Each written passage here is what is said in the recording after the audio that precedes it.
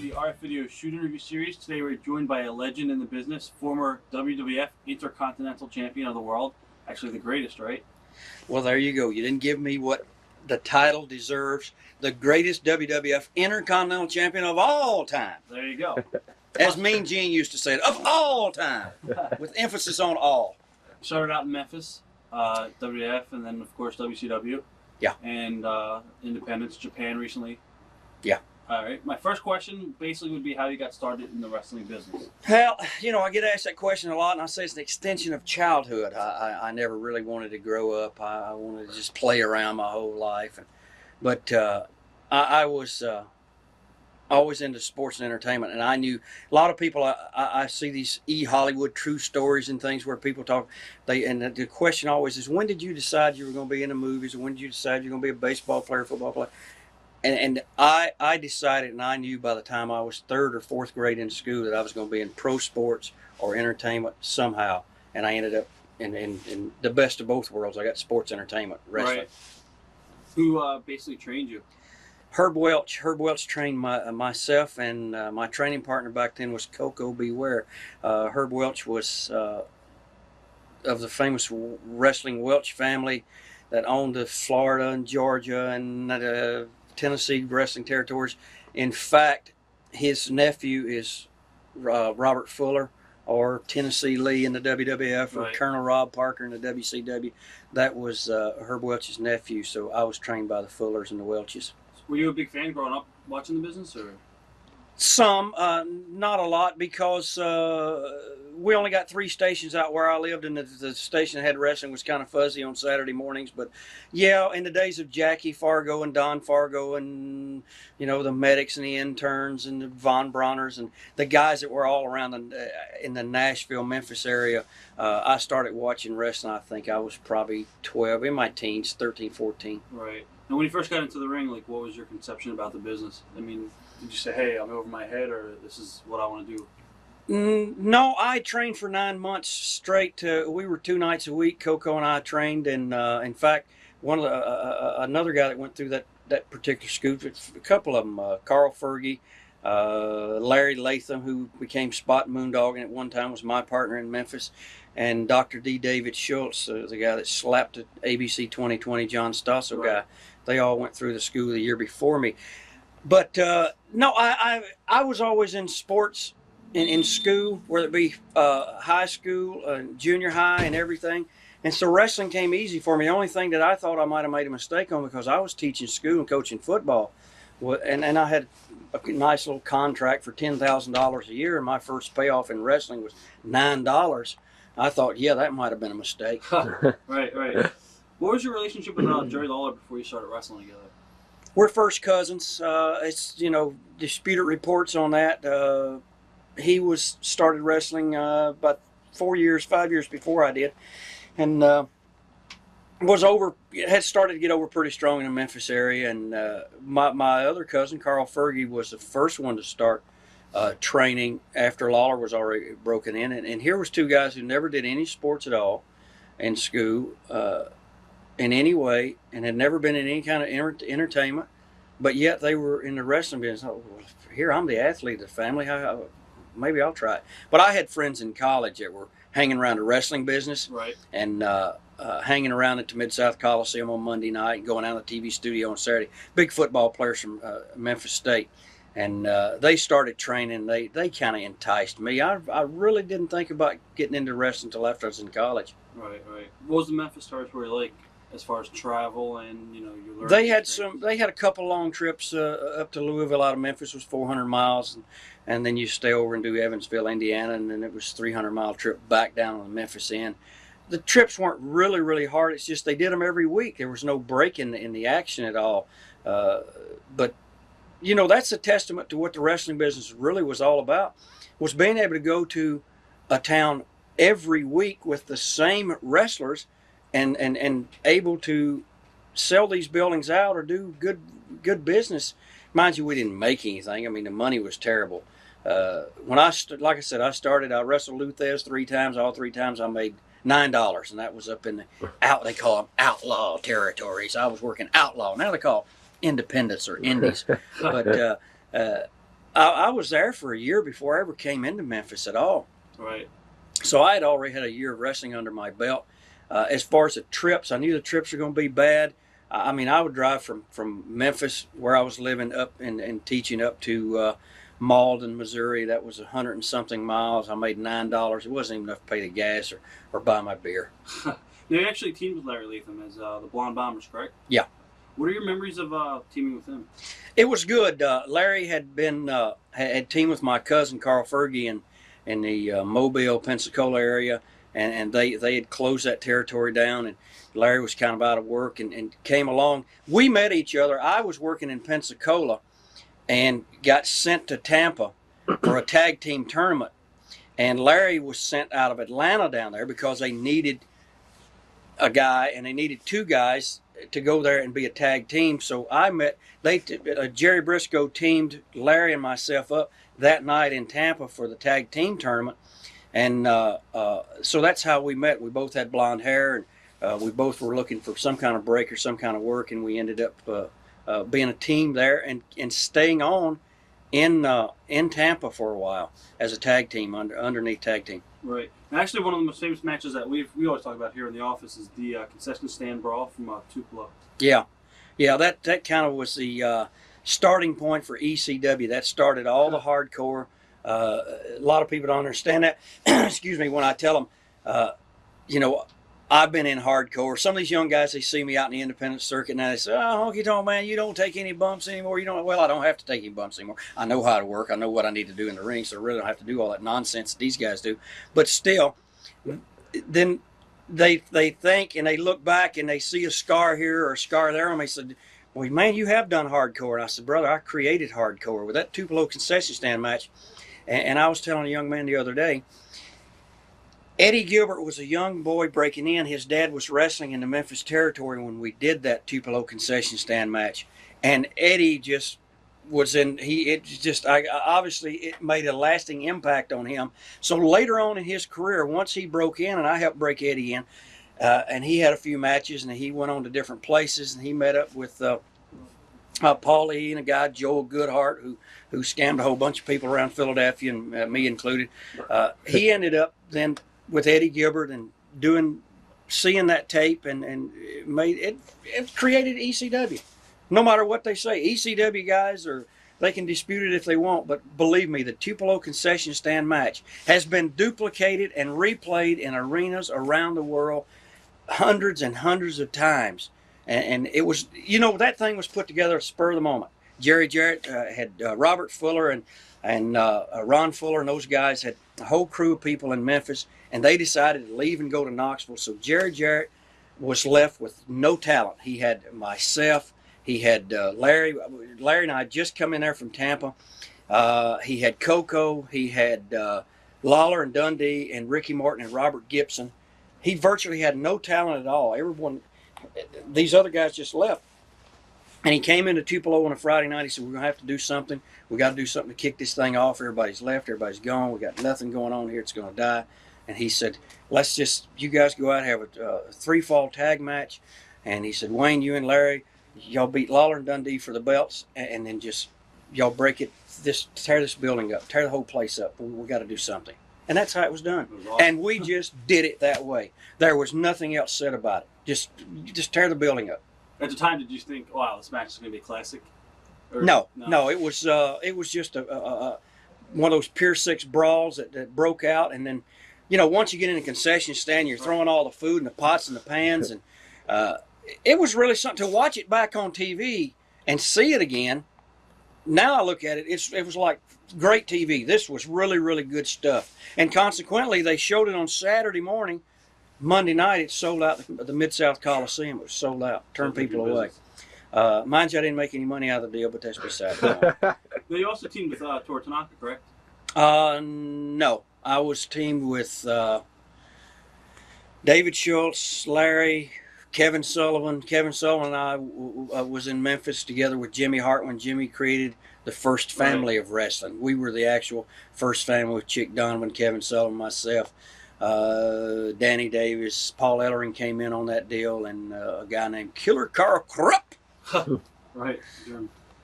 What are your memories of teaming, or actually not teaming, but your matches with Tommy Rich and Bill Dundee? Boy, those are classics. I was in the ring with Tommy about a month ago, the first time, and I told somebody, I said, it's the first time I've been in the ring with Tommy Rich in probably 15, 18 years. Right. But it's like riding a bicycle. You don't ever forget. I mean, Tommy's a great talent. He was over so strong there. This was prior to me breaking in the wrestling business. Tommy was the #1 babyface probably in the world at that time. He was just a tremendous talent. And Dundee's very talented too. So we had good matches. I was trying to think last night when Tommy and Bill and we all wrestled against each other, because Ricky Martin, he came along at that point in time and he was Dundee's partner. We wrestled him, and like I said, Eddie Gilbert. So very, very things that the young boys don't get to experience now. 2 out of 3 tag matches that went 3 falls, 45-minute time limit. Sometimes you didn't go back to the locker room between falls. You just stayed there and was a 2-minute rest or something, and you go back and you have this match. But during that course of time, whatever you did in the first fall, you couldn't duplicate in the second fall or the third fall. So you had to learn to do a lot of stuff. Now, mind you, I tell guys that I worked 4 matches in one night. How did you do that? Well, I worked 3 falls in the tag match, and normally I went out and either worked in the first or the second match and won a 20-minute Broadway, which meant we went a draw for 20 minutes. So whatever you did in a 20-minute match, you couldn't go do in the tag match. So you had to learn a lot of stuff. Some of the young guys today, they don't know that. I mean, what can you do? You take a 20-minute high-flying match, this kid from California, I see him out there, and for 20 minutes he does all these high spots and come back and say, you didn't get a wrestling hold at all. He said, I don't know any wrestling holds. All I know is this high spot match.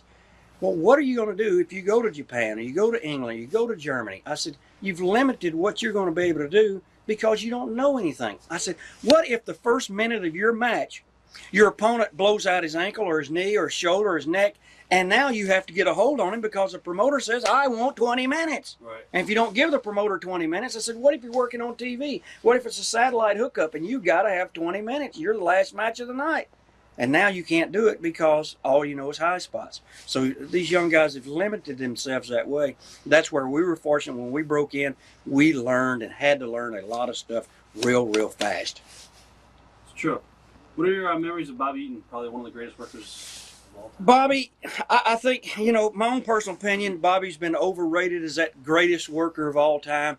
To me, the great workers are the guys that can actually do a lot of stuff in the ring, not hurt anyone, not hurt themselves, and of course can talk and right. Sell tickets. So, when you put it labeled that way, and then you compare certain guys, and does Bobby meet that test? No. A good worker, yeah. Not hurt anyone in the ring, not hurt himself.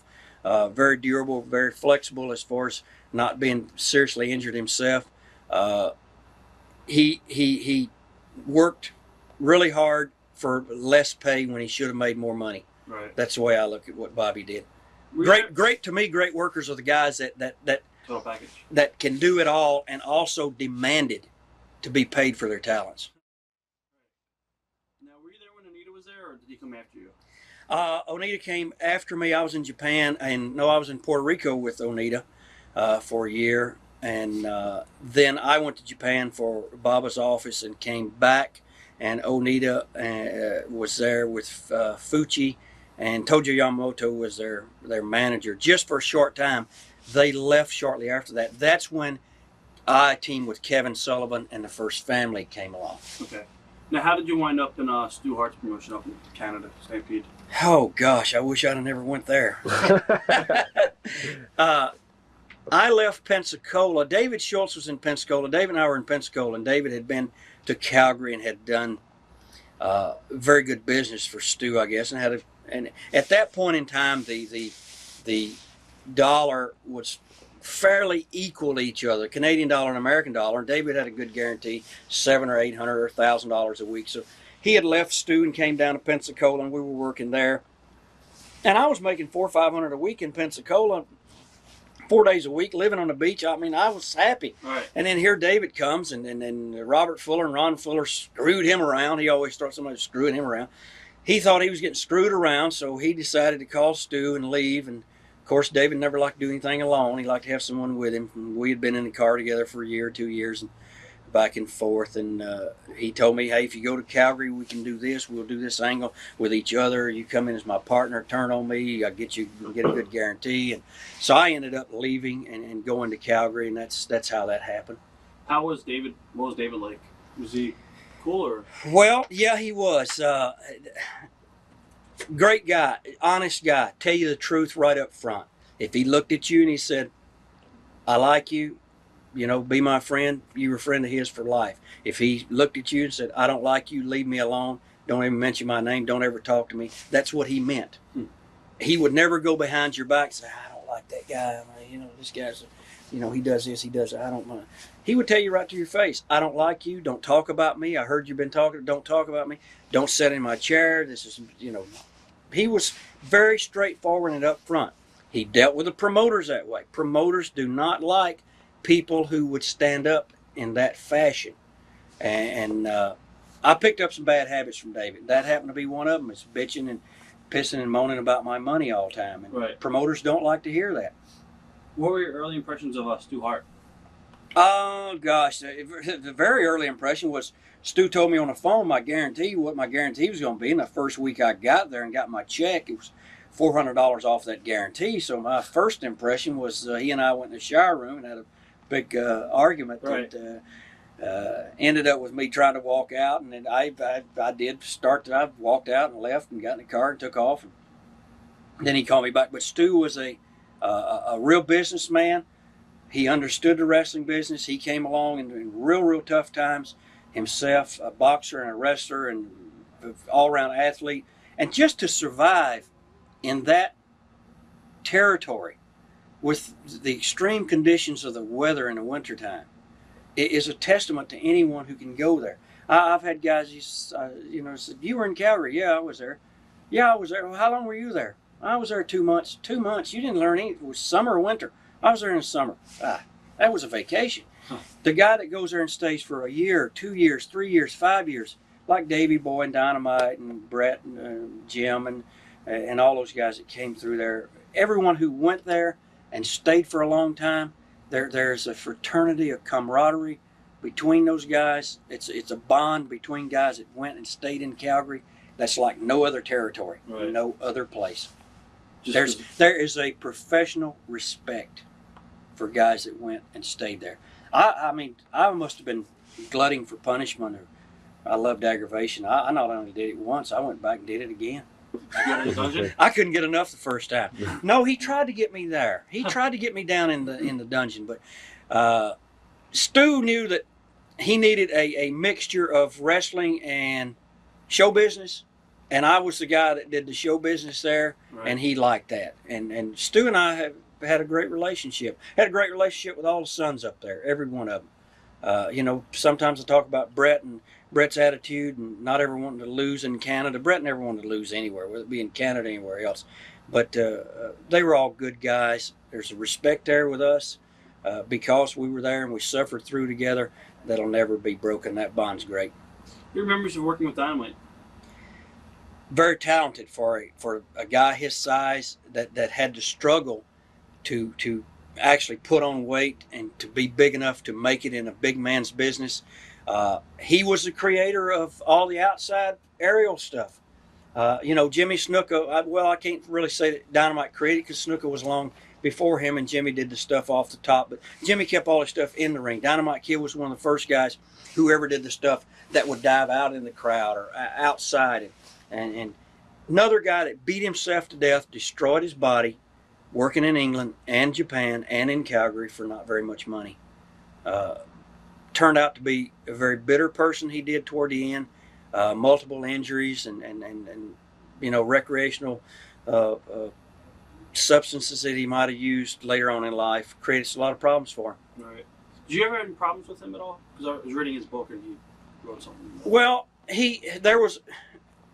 I think he misunderstood, or somebody had stirred it, what we say, stir shit. Somebody has stirred some in the locker room somewhere that I said I had paid the boys rent one night because the Boston Garden was sold out and I'd wrestled somebody that was sold out. And I was in the shower room and was showering and told Jimmy Hart, I said, it's a great house out there tonight. He said, yeah, it sure was. I said, well, that'll help pay my rent. Well, somebody went and said I was in there bragging about paying the boys' rent. So Dynamite took exception to that.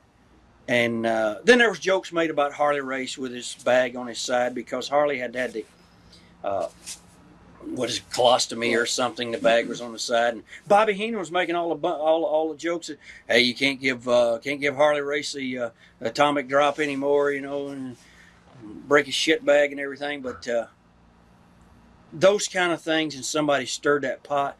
Dynamite was in one of his moods where he'd get in those drinking moods, and he would take all the narcotics and the uppers and the downers, and hard guy to deal with. And just one night he came along and started screaming and cursing at me for no reason. Obviously that was the reason. He didn't like me making jokes about Harley Race. Right.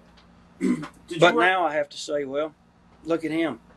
There's no joke when Jacques Rougeau knocked his fucking front teeth out. So I lost a lot of respect for Dynamite over that, because he never came to me and said, hey, what's going on? What was the deal about that? He never asked me. Just he wanted to make a scene in front of everyone. Right. Did you work at all with Dynamite when he was there, or he didn't even start the business? I had a few matches with him, myself and Rotten Ron Starr. We were tag team guys there, and Chris was just breaking in. It's told, a lot of stories going around that Chris was broke in the dungeon and the Hearts trained him. They didn't train him. He was trained by, the promoter had a son in Edmonton that helped promote with Stu, as partners with Stu in Edmonton.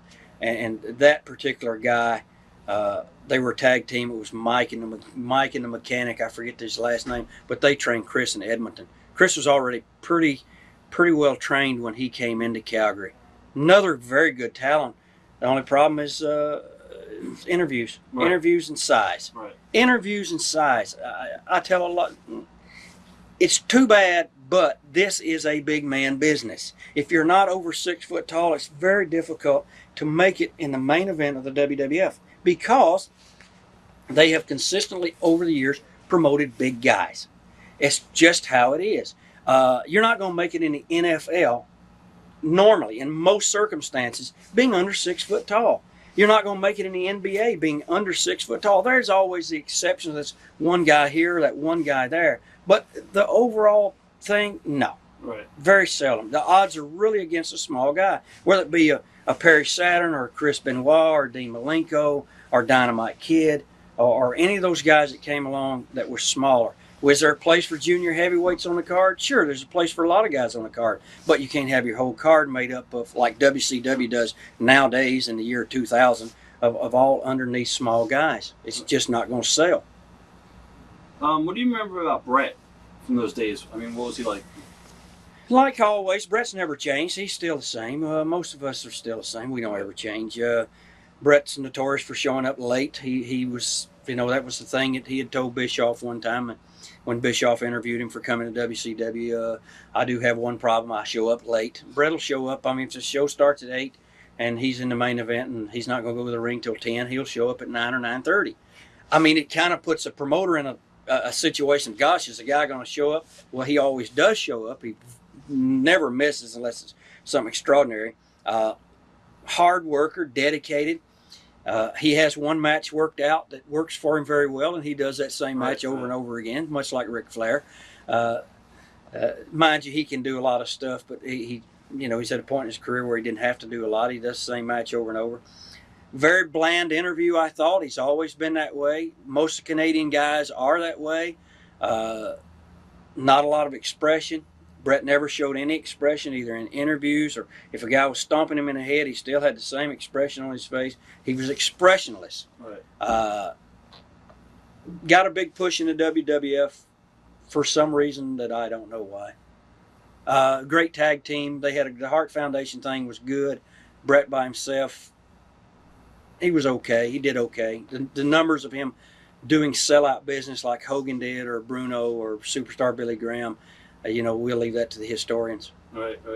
Now, what are your memories of working with Bad News? Good. He was another guy like Dr. D. David Schultz. Bad News to tell you if he didn't like you, if he didn't like you. If he said he liked you, he liked you. He came to the WWF. I was with him, of course, in Calgary. Another good talent that was not used properly. WWF apparently, from what I understand, McMahon had promised Bad News to be the first black champion in the WWF, and it never happened. I think they missed the boat with that, because at that point in time, with him doing the hand up in the air with the black glove like the guys did at the Olympics, and for him to be the Mandingo warrior type guy, the first black guy in history to beat Hogan and be the WWF champion, I think they missed something in that. I really think the WWF missed a good spot for him. And I can't blame him for doing what he did. When he found out Piper got $50,000 and he got $5,000 or whatever the case was for the same match, and he went in to beat McMahon up, and McMahon ran and locked himself in a room, I couldn't blame Alan for that. Right. Alan's a great guy.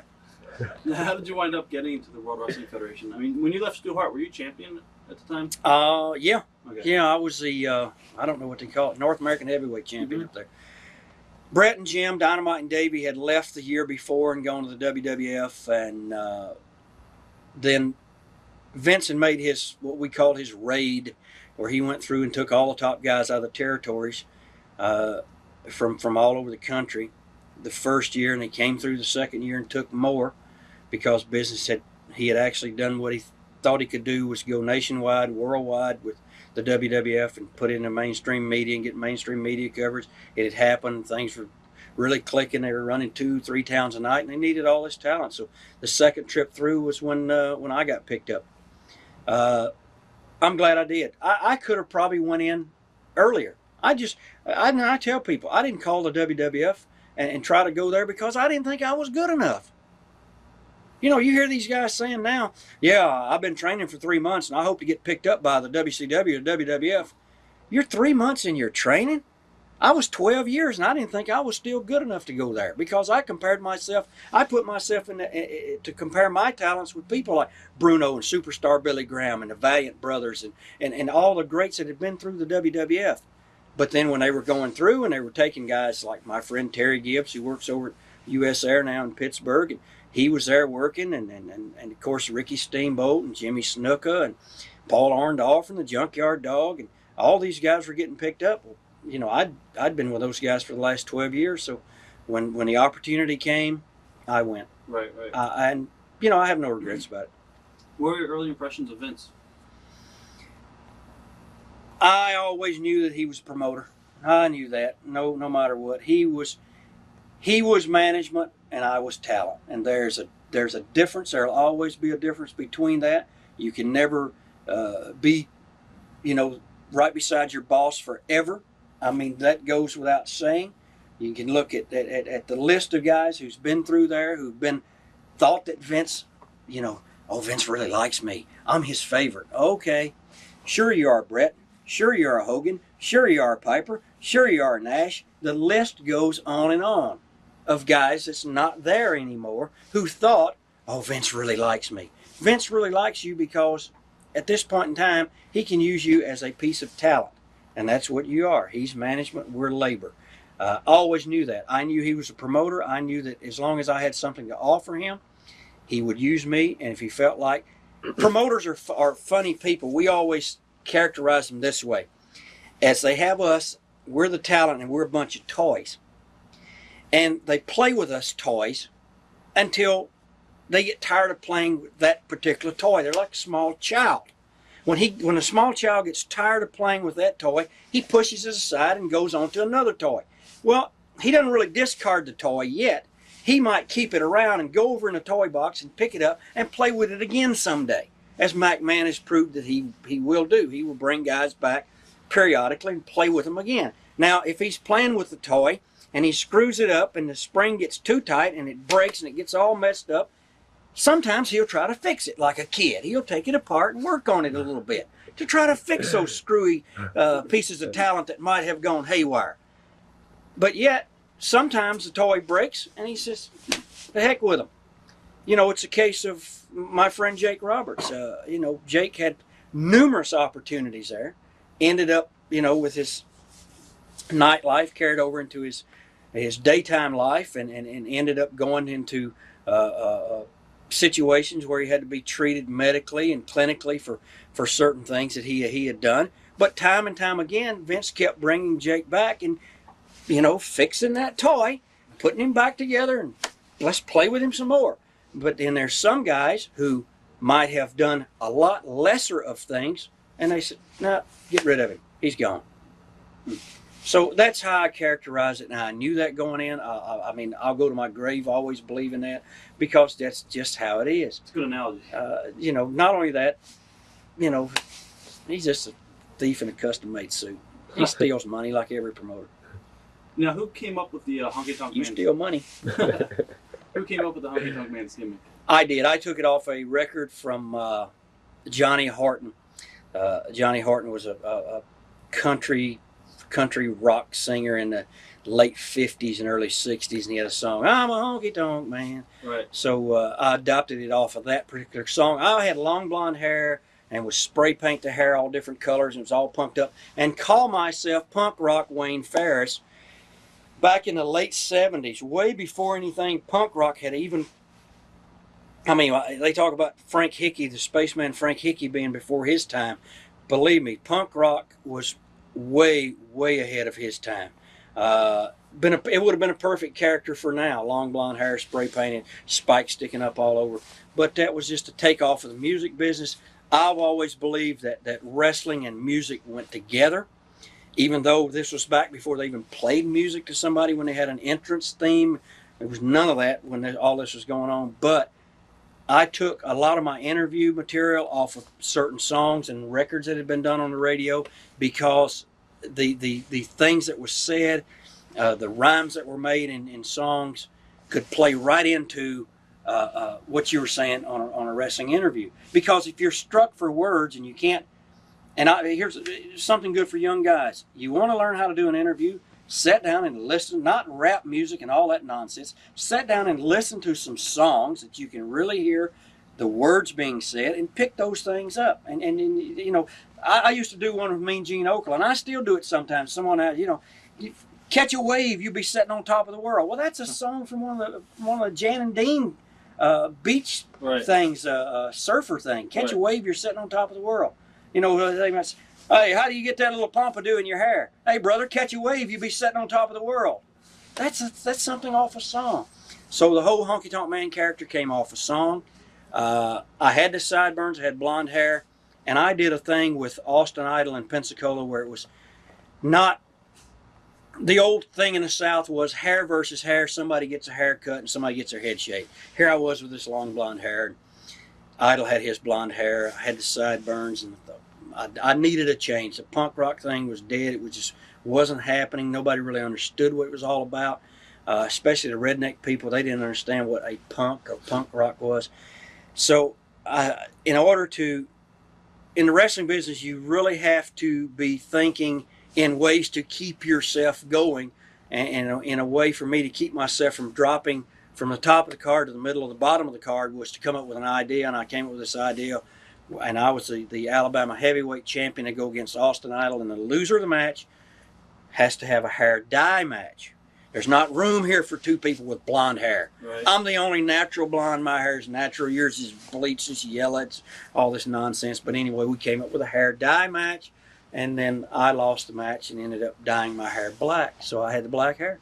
And some fans in Birmingham, Alabama came to me and said, have you ever thought about doing an Elvis thing? I said, no, Bill Dundee does that in Memphis. I never copy somebody else's gimmick. Well, we want to do something for you. 3 months later, they showed up with a jumpsuit. Robert Fuller was the one who gave me the guitar, and that's how it started. Wow. Cool. I like the idea about the dye match. I never even heard of it. Yeah, the hair dye match. It was uniquely different. It was, you know, the loser, and then here Austin Idol. He goes on TV and he's got the mannequin, the styrofoam head, head, whatever. What's he? Al Snow. Al Snow, yeah. I couldn't think of Al's name. Sorry. Yeah. But he puts a blonde wig on and he takes this spray can here of yellow. Maybe I'll do it green. Maybe I'll do it orange. Maybe I'll do it black. So, and then the next week, what we do is, it's really something, because we did it in every one of the towns, is I put the black stuff was a spray. and it would wash out. Right. So the next night we had the same match in another town, and I had my hair Right. dyed in each one of those towns. So I made a good payday out of it because it sold some good tickets. And then I rinsed it out. But then finally, after the last match, I go in and I dye the hair black, and I left a big blonde spot like Sputnik Monroe right in the front. So then, instead of being punk rock, Bob Armstrong and those guys in Pensacola started calling me Skunk Rock. So, you know, it was as it went on then, and then I cut the hair, and I adopted a character that was Snyder off the old One Day at a Time show. This guy Snyder had the little pencil-thin mustache, the slick black hair. I put the T-shirt on, I put the cigarettes under the sleeve and rolled it up, and it was like a real redneck character. Right. But then, like I said, these fans came along with a jumpsuit, and that's how the Elvis thing evolved. What was your relationship with Hogan at the time? And what was he like? When I met Hogan, we were in Pensacola in about 78, 77, or 78. David Schultz and I were there together. That was the first time that we had gone down to Pensacola together. And Louis Tillett was the booker in Tampa and brought Hogan up to Pensacola because Mike Graham and those guys in Tampa didn't want to use Hogan. They didn't like him, didn't want him around. Mike Graham was a little short guy, a small guy, and a lot of guys in Tampa were smaller guys. And Mike Graham, of course, his daddy was a promoter. He wanted to be the giant killer, and he was intimidated by a guy like Hogan, 6'6", solid 300-pound, muscle guy. So Louis Tillett brought him up to Pensacola, and he was called Terry Boulder, and his brother that he brought along was Eddie Boulder, Brutus Beefcake. Right. But they came to Pensacola, had an old Dodge van that would barely run. We put them in the car. We carried them around to the towns with us. They didn't have money. They didn't have Beefcake. Didn't have wrestling boots. He used my wrestling boots. I would go work out with him. We would we'd go early to the matches and work out with him in the ring and teach him. He was never trained by anyone. He was trained on the road by people. People just took him along and trained him. They shared an apartment with us. They didn't have an apartment. We took our bed, our mattress, and threw it on the floor. And one of us slept on the box springs, and one slept on the mattress on the floor. That's how my relationship with Hogan was. I never asked for, help me here, help me there. When he got a big break, and he was in Minneapolis and had a big break there. David ended up going from Calgary to Minneapolis. I stayed actually in Vancouver. I went to Vancouver.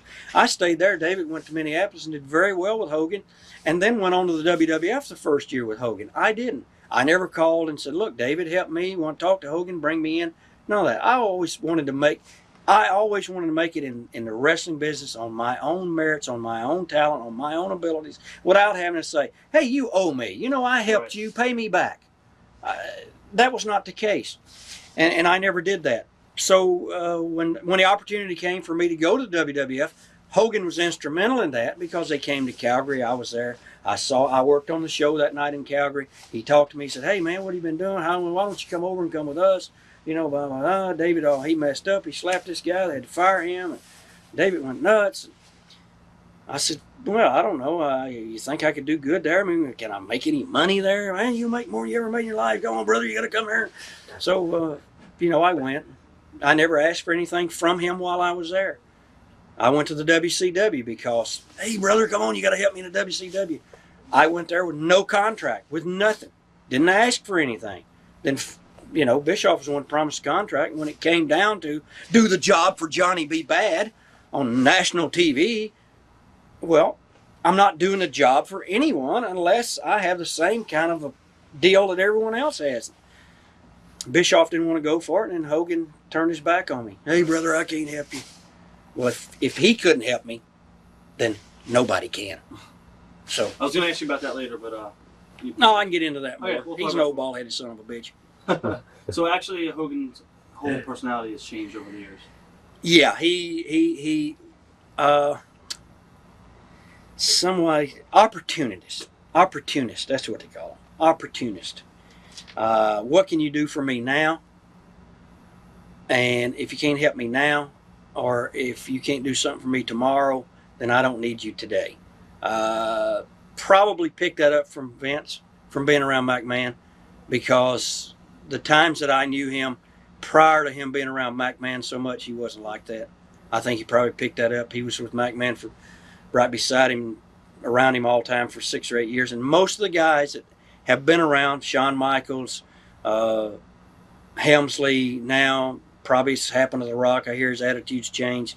Austin, Bret Hart, all those guys that were around McMahon, Savage, all the time like that, they turned out to try to be the same way. I don't know how he talks to them or what he does, what kind of mind control he has to make guys think that they should go out then and treat their partners or their friends or their compatriots in this business the way that some of those guys have done. We're not asking for a handout from anyone. This business is created on guys who was. If I started with Kevin Sullivan, he ended up being a booker in the Mid-South Territory, and then his friend was Ted DiBiase and the Junkyard Dog and Paul Orndorff and the Honky Tonk Man and Jimmy Hart. Then when he got to be the booker, he brought his whole crew into that territory. It's much what I said earlier about Robert Fuller. When he was booking in Memphis, he took his whole crew, which was Joe LeDuc, Fuji Tanaka, the Mongolian Stomper, and his brother, and Jimmy Golden. And they all left as a group and went away. Each booker always had his group of guys he always brought in to wherever he went. And for some reason, Hogan never tried to keep his group together. And consequently, we've talked about this, myself, Greg Valentine, Jimmy Hart, a bunch of us. His downfall in the WCW was the fact that he never kept his group together that could solidify his power. Because when you're grouped together like that, you are a very powerful force. You're a union within a non-union organization, because if the booker gets fired, normally all his friends that he brought in get fired too. But if the booker gets a new job, he brings all those people with him. Hogan only carried one guy with him, and that was, of course, Beefcake all the way through.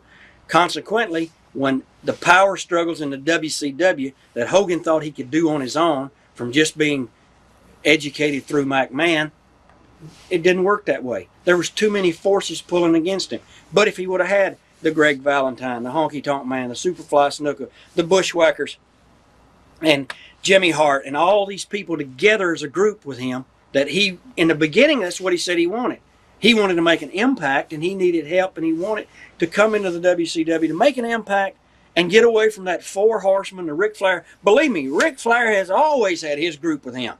It's the Arn Anderson and whoever else that he has around, the Barry Windhams, that has always been around Flair. When Flair was a booker, if Flair's got control, he had his group. Believe me. And that group fought against Hogan. Hogan was by himself. Well, Hogan's a big, powerful guy in our business, in our industry, but there's some things that you can't overcome. And that's the one thing he did. He didn't keep his group together. He isolated all of us, and we all feel the same way about him. He was the guy who could have said, look, Eric, you promised Honky Tonk Man a contract. He came here for me. I never called WCW. All he had to say was, Eric, give the guy a contract. You promised him a contract. Give him a... I didn't ask for a dollar figure on the contract. I need to know if I'm going to have a job tomorrow. Right. That's all I was asking. But if a guy can't stick for you on something like that, then he's not really with you. He's not really with you. So that's how I feel about it. I'll see him somewhere someday. Right. Somewhere, somehow, someday. You always cross paths with a guy. Now, how did you wind up getting paired with Jimmy Hart? Jimmy, of course, was in Memphis. Jimmy did the music thing, and Lawler, of course, wanted to be in music himself. He wanted to sing, so he brought Jimmy Hart in to do him a singing Jerry Lawler in concert album or something, and Lawler's dressed like Tom Jones with a jumpsuit. Really bullshit. But anyway, he brought Jimmy Hart in to manage, and Jimmy was there managing him and doing some stuff. And Jimmy was a real wrestling fan. Jimmy's got a really good brain and a mind for this business. No one takes him serious because he thinks he's just a songwriter and a music guy. That's a sad thing. He's been a wasted talent that nobody took advantage of, especially WCW. They could have used his talent. He gave Vince a lot of great ideas, and different people were great. He had great ideas, really good stuff.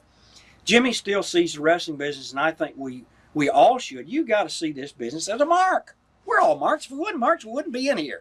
If we wasn't marks, we wouldn't ever do this stuff. If we wasn't marks and we didn't like it, we'd have been, doing something. We'd had a job somewhere doing something.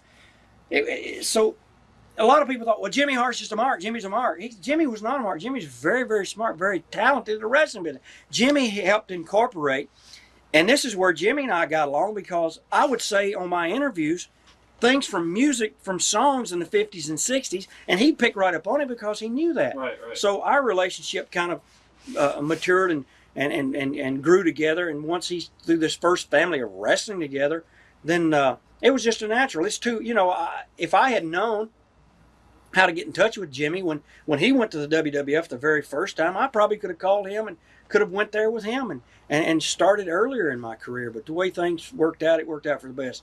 Once again, we don't talk a lot. Jimmy is very politically correct. He's not going to go against the grain. He always would tell me, please don't say that. Be quiet, don't say it. And if I did say it, then he'd make sure to let people know that, that's him that said that, not me. But right. I don't mind that. He's still a great talent.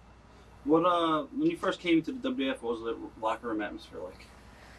It was a lot of tension there because we were the new guys coming in, and Piper and Orton and Orndorff and Morocco and all those guys could see that Vince was really making a big push now, and he was looking for new, fresh guys, younger, faster, stronger, and cheaper. Right. And we were younger, faster, stronger, and cheaper. Mm-hmm. And consequently, they knew that their days were probably going to be numbered. And in fact, a year later, all those guys were gone. Actually, I was going to ask you, was there a lot of competition against? The competition was so much more than it is today. I'm sure somebody might say, well, he's wrong about it. No, I'm not. When you have guys like they do nowadays on a contract, you're guaranteed 300,000, 400,000, 500,000, $1 million, $1.2 million. You got a guarantee that you're basically going, if you show up, you're going to make this money. Well, our guarantee was, if there's people in the house and the gate receipts tonight, you'll get paid. So there was a struggle, and there is a big discrepancy even today between the guys on the top of the card from what they make and the guys on the bottom of the card in the WWF. It's probably the biggest discrepancy. And if you ask Superstar Graham or some of the guys, Bruno and some of the guys from years ago, they would probably say the same thing. If you're on the top of the card working against Hogan in Madison Square Garden, you're going to make $6,000, $7,000, $8,000 payoff that night. If you're on the first match in Madison Square Garden, even though Hogan's on top and it's sold out, it's a main event, you're going to make $300. Right. So there's a difference between $300 and $8,000. So, it doesn't take Einstein to figure this out. It doesn't take the genius Lanny Poffo to figure this out. Where do you want to be? Down here at $300 or up here at $7,000, $8,000 a night? And that's the difference. I went in Madison Square Garden, worked a match against Bret Hart. I'd been in the Garden. I'd sold the Garden out, I think, 7 times. Either with Jake or with Savage or with Steamboat or with Bruno. And each time on a sellout with I was on top in the Garden, and that was funny. I could never understand that. I made $6,000 or $7,000. With Savage, it was like 6. With Bruno, it was 7. And with Steamboat, it was 6. And with Jake, it was 6. But if you worked with Hogan, it sold out. You made 8. Well, it sold out. I mean, what's the difference? But getting back to the point, later on when I was down in the card then, and I was not the WWF Intercontinental Champion anymore, and I worked the middle of the card match, and I worked against Bret at a Madison Square Garden show, I made $600, as opposed to a month before that making $6,000. So crazy. Now you see there's a greed and an envy and a backstabbing. I didn't go to the WWF to fly around the country 300 days a year and be away from my young son and my young wife and not make money. I had been 12 years in the business struggling. driving up and down the highways, looking at the world through a windshield, making $40, $50, $60 a good night, $100 payoff. I didn't go to the WWF so that I could be support for Roddy Piper so he can make $500,000 a year and go out and pursue movies. I went there to knock his ass out of the saddle if I could. I wanted that main event spot, and I knew if I got a shot and I got a chance, I'd take it and I'd run with it. And consequently, I was able to get the shot. And the only reason I got the shot was because Butch Reed went AWOL. Right. I mean, I came in, once again, kind of sucking hind tit. But I knew if I got the shot, I'd run with it. I had the most heat of anybody there during that period of time. I was killing off the baby faces when I worked with them, or the heels. I was a baby. They brought me as a baby face. I was a baby face and go out and work against the heels, or no, and just killing the heels. They were cheering every time the heel would hit me. They'd cheer, "Kill him, kill that bastard." People just didn't like the Elvis character. I told McMahon that at the beginning. That They probably wouldn't like it, but he saw merchandise. Vince McMahon sees the wrestling business totally different from the way anyone else sees it. He sees it like a Barnum and Bailey, a P.T. Barnum of a circus. He doesn't see the animals as animals. He sees those animals as an attraction. He sees those animals as something that can, put a lot of money in his pocket somehow. Right. He sees merchandise, and that's what he saw, and he thought he could see little jumpsuits on kids and the Elvis wigs and the sideburns, and he was really into the merchandise thing. He always has been. He's a great merchandiser. If he hadn't made it in the wrestling business, I think he would have made it just in some kind of a merchandising or a product. Right. What was Roddy Piper like back in those days? I was never around Piper that much. I told somebody this the other night. I was not around him that much. He didn't come in our locker rooms that much. We had 3 towns a night running, and there was 3 crews. And now they say in the year 2000, oh gosh, wrestling business is bigger than it's ever been before. Stone Cold's over, bigger than anybody. The Rock's over, stronger than Hogan. Look, we ran 3 towns a night, major cities in the United States, 300 days a year. All 3 were sold out on a nightly basis. We just didn't go out on Friday night and put all 40 guys on one card at the Spectrum in Philadelphia. We had 15 guys on the card, and it was sold out. There was 15 guys in Los Angeles, and it was sold out. There was 15 more guys in Miami, and it was sold out. Business is not as good today as it was back then. Right. You change tapes? Or? No, we're good for... Okay. I wasn't around Piper and those guys. I wasn't witness or privy to any of the substance abuse that was going on behind the scenes that everybody talked about. Yeah, them guys doing $5,000 a week in cocaine. I never saw any of that. I never saw it. I heard stories about it. I was never in the same hotels where they stayed. When I came there, I ended up hooking up. Jimmy was with Adrian Adonis and Orton and those guys for about that first year. I was kind of on my own, did my own thing, and traveled with Gene Lewis, cousin Luke, hillbilly cousin Luke. I traveled a little bit with Hillbilly Jim and Terry Gibbs and guys that I had known. Just, I was underneath making $300 a night. I was not making $10,000 a week, $15,000 a week like those guys. Right. So I didn't live the same lifestyle. I knew that this was a long-term investment that I had to make pay off because I was already in my 30s. I mean, how much longer can you go? I'm still going. Now, did you and Jerry Lawler have heat back in those days? I never talked to him. Once I left Memphis, I never talked to him anymore. I didn't have anything to say to him. He came to me. We had done the Tupelo concession stand match and did that angle that ran for that week. And had one of his teenage queens. He's got this, I call him Chester Lawler. Everybody's got their problems, I guess. It just came to the forefront when he was accused of statutory raping some 14-year-old girl, which I heard it cost several $100,000 for him to get out of. Anyway, he had one of his young teenage queens around with him, and we had done a Tupelo concession stand match, and the week had run now, and it had been sell out every night, everywhere, turned people away. Here he comes in. We're doing the interviews in the interview room at the Mid-South Coliseum on a Monday nights when they paid. Here he bops in, he's coming over and he gives her the check. Her name was Paula. Here, Paula, give him his check. She bops over and little bleached blonde that he's got. You know, he's got a problem with these young bleached blondes. Anyway, she gives me the check. I open it up. It's $999. He says, well, there you are. Your first $1,000 a week in the business. How about that? I said, it's not $1,000. See, Paula, I told you he's not gonna. I told you he wouldn't care. He's got something to say about it. He's not gonna care. So already he had a negative attitude about it. But yet he's bopping in there going, here, how does this make you feel?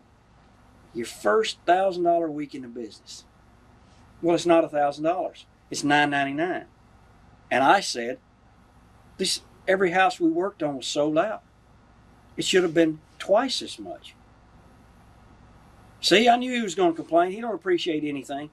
That's just how he is. And turned and walked away. Well, I stayed there another 3, 4, 5 months. Then never made another $1,000 check. Never made another $900 check. But yet the business was still sold out.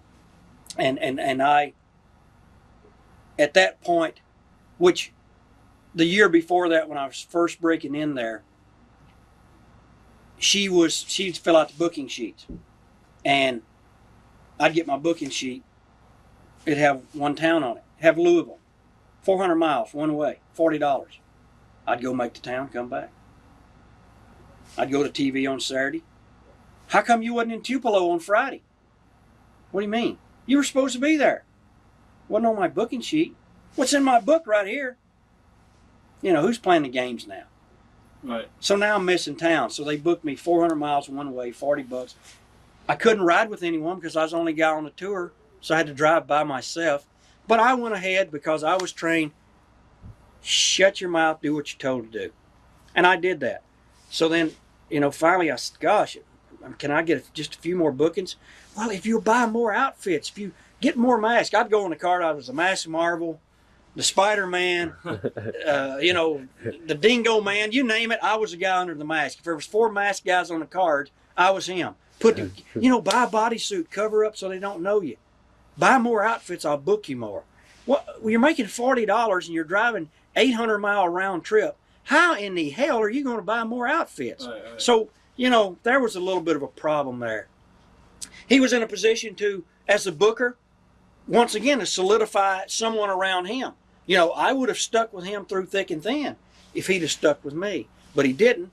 And Jerry Jarrett, who's a pretty smart guy, could see that little conflict was going on. So Jerry Jarrett, when he would take over as the booker, boom, use me good, treat me right, do everything good for me. Right. Yeah. And then when Lawler takes over the book, I'd leave. Right. You know, I couldn't work for him at all. So that was our relationship. When I came to the WWF, well, when I was in the WWF, I'd be home sometimes, or I'd hear and I'd see Lawler going on the TV and calling everybody in the WWF is and dope addicts and they're all on steroids. He did the most bashing of anybody to the WWF product of all time.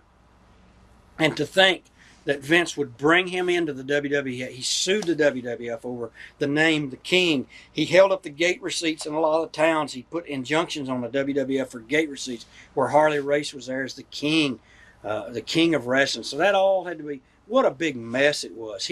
We ran the Mid-South Coliseum the first time WWF came there.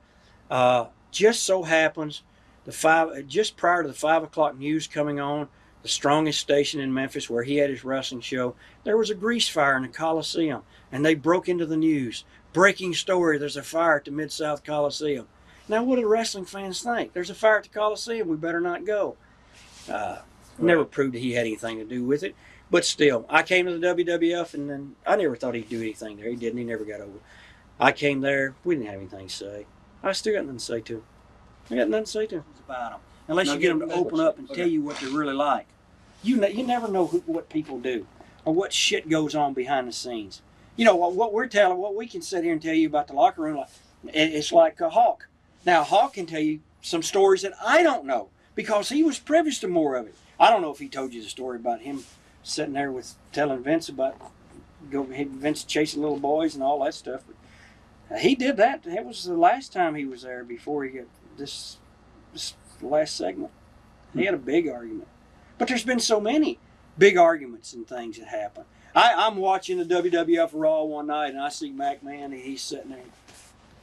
He says, Austin, I'm going to tell you, if you want this belt, you come and get it. It'll be on a mantle over my fireplace. Well, about 10 years ago, if I'd had a tape of the conversation with my wife, I said, I can't believe that. That's the same thing you told him 10 years ago. He had taken something that I told him, and he used it in an interview for himself. Now, he obviously liked what I said, right, or it made some impression upon him that he later used it. And I told him, because I had left the WWF and had the belt. Right. I wasn't going to put Savage over on the Friday night main event. Right. I had left and went home. And I called there, got him on the phone, and then we started talking, and that's what I told him about the belt. I told him, I said, if you want, I said, I'll drop the belt to 2 people. I'll drop it to Hogan because he's my friend. I thought, he's my friend. Exactly what I said. He's my friend. He helped bring me to the WWF, and I'll drop it to him. Or I'll drop it to you because it's your belt and you own it if you think you're man enough to beat me for it. I said, otherwise, it'll be on the mantle over my fireplace. It's here in Memphis. If you want it, come and get it. And that's what I told him. And 10 years later, if somebody looks back in the archives and you see the thing, he said, Austin, if you want this belt, you come and get it. If you think you're man enough, it'll be on the mantle over my fireplace. So that's what I told him. And he used it later on. I thought that was quite nice. What was your problem with Randy Savage as far as dropping the belt? There was not a problem with Randy at all about dropping the belt. The problem was, like I said before, here it was now. I'd spent my 12 years, $40 a night, cutting my head with a razor blade, desecrating my flesh, cutting with a blade. And here I am now doing sellout business all around the country. Everywhere we went, sold out. Honky Tonk Man against Jake Roberts. Honky Tonk Man against Steamboat. Honky Tonk Man against Macho Man Randy Savage. This was sellout business everywhere we went. And in the midst of all that, they got this big show coming up on NBC that I think, am I going to be part of? They're only going to have 4 matches. I'm Intercontinental Champion. I guess, yeah, I'll be part of it and, make a decent payday. Because back then, those Saturday night main events, you got, if it's sold out, if it was Hartford Civic Center, it was sold out, you got 3,000 or 3,500 from the sellout crowd for being on the show, and you got another 3,500 from NBC or from Dick Eversalt's company. So you got a $7,000 payoff. So everybody wanted to be on those shows. We figured the one with 30-something million people is going to be a good payday. And of course, I wanted to be on it. I found I was going to be on against Savage and had a meeting over at the office. Go there, Jimmy Hart and myself, Savage and Liz. They had Liz, and she's over at Vince's house, and Savage had been over there, and they had the limousine pick him up. And Liz is coming later. She's in the whirlpool getting a workout and all this nonsense.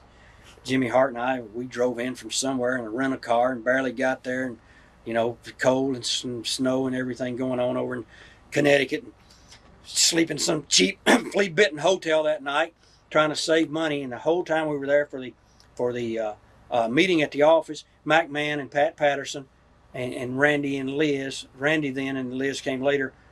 McMahon never looked at me. Neither did Patterson.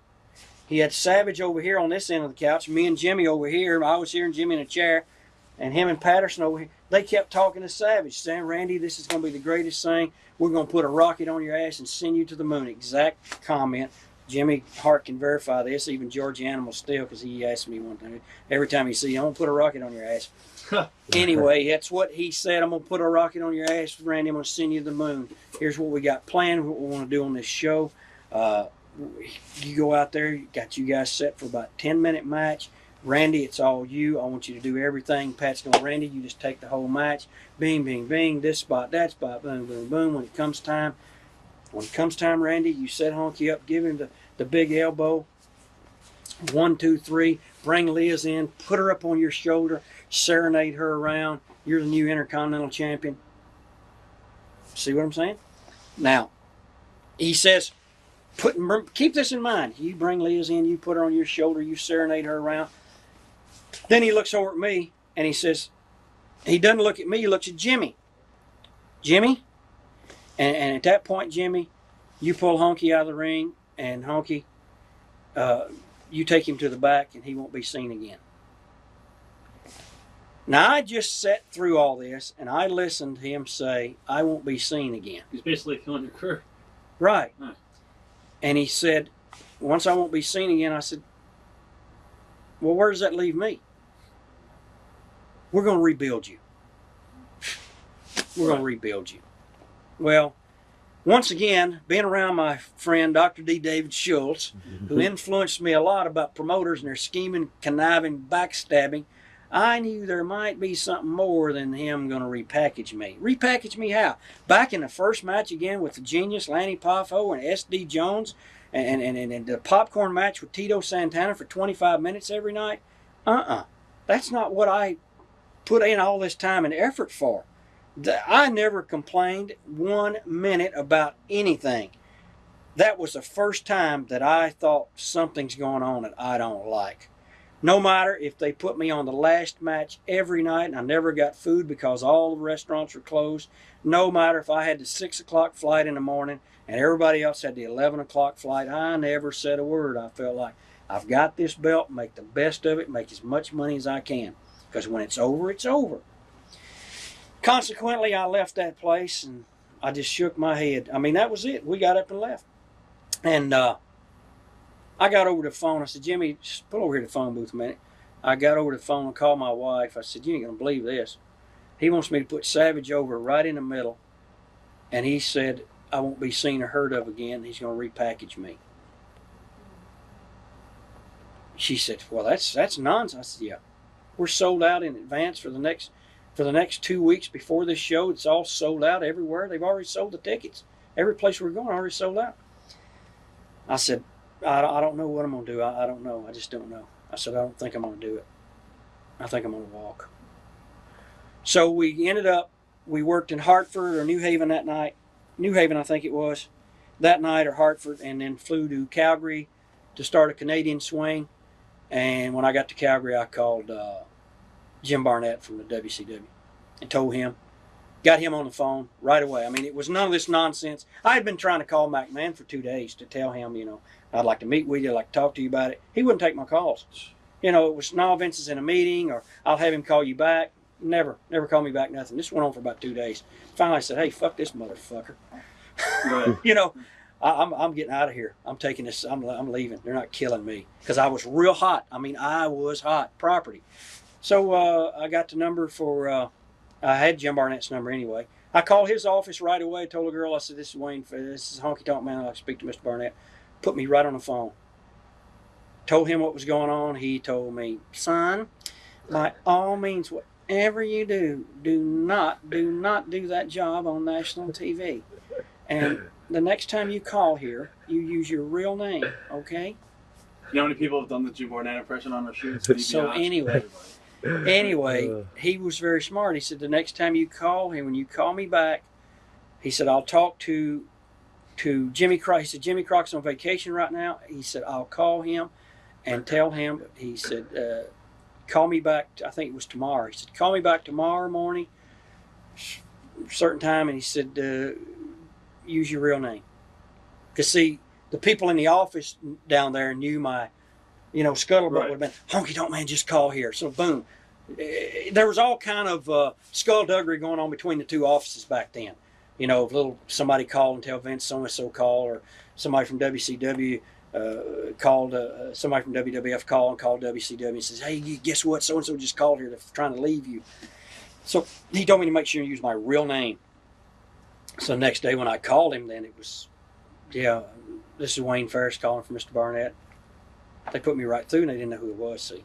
But they were ready to call me, bring me right down and go to work there. And Jimmy Hart, I would have left. I was going to the WCW and going to Jimmy Crockett. They had set up a meeting for me. They were going to fly me to Bahamas and set up a deal and sign a contract and everything.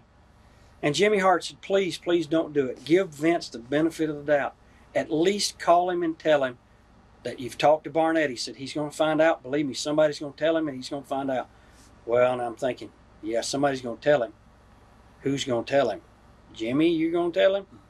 Brother, I wouldn't do it. I wouldn't do it. Well, you know, he probably did it. So anyway, I called McMahon and told him. I called once again, twice, 2 times, and never took my call. Told Jack Lanza in Winnipeg, I said, listen, Jack, have you heard anything about this Friday night main event? No, I've got to work it. Why? I said, well, you know, Vince, he wants me to drop the belt to Savage, and I've been trying to call Vince for the last 2 or 3 days, and I ain't been able to get in touch with him. He said, well, I'm going to be calling the office in a few minutes. Anything you want me to tell him? I said, yeah. You tell him if he don't call me back, if he don't talk to me, I'm leaving tomorrow and going home and taking the fucking belt with me.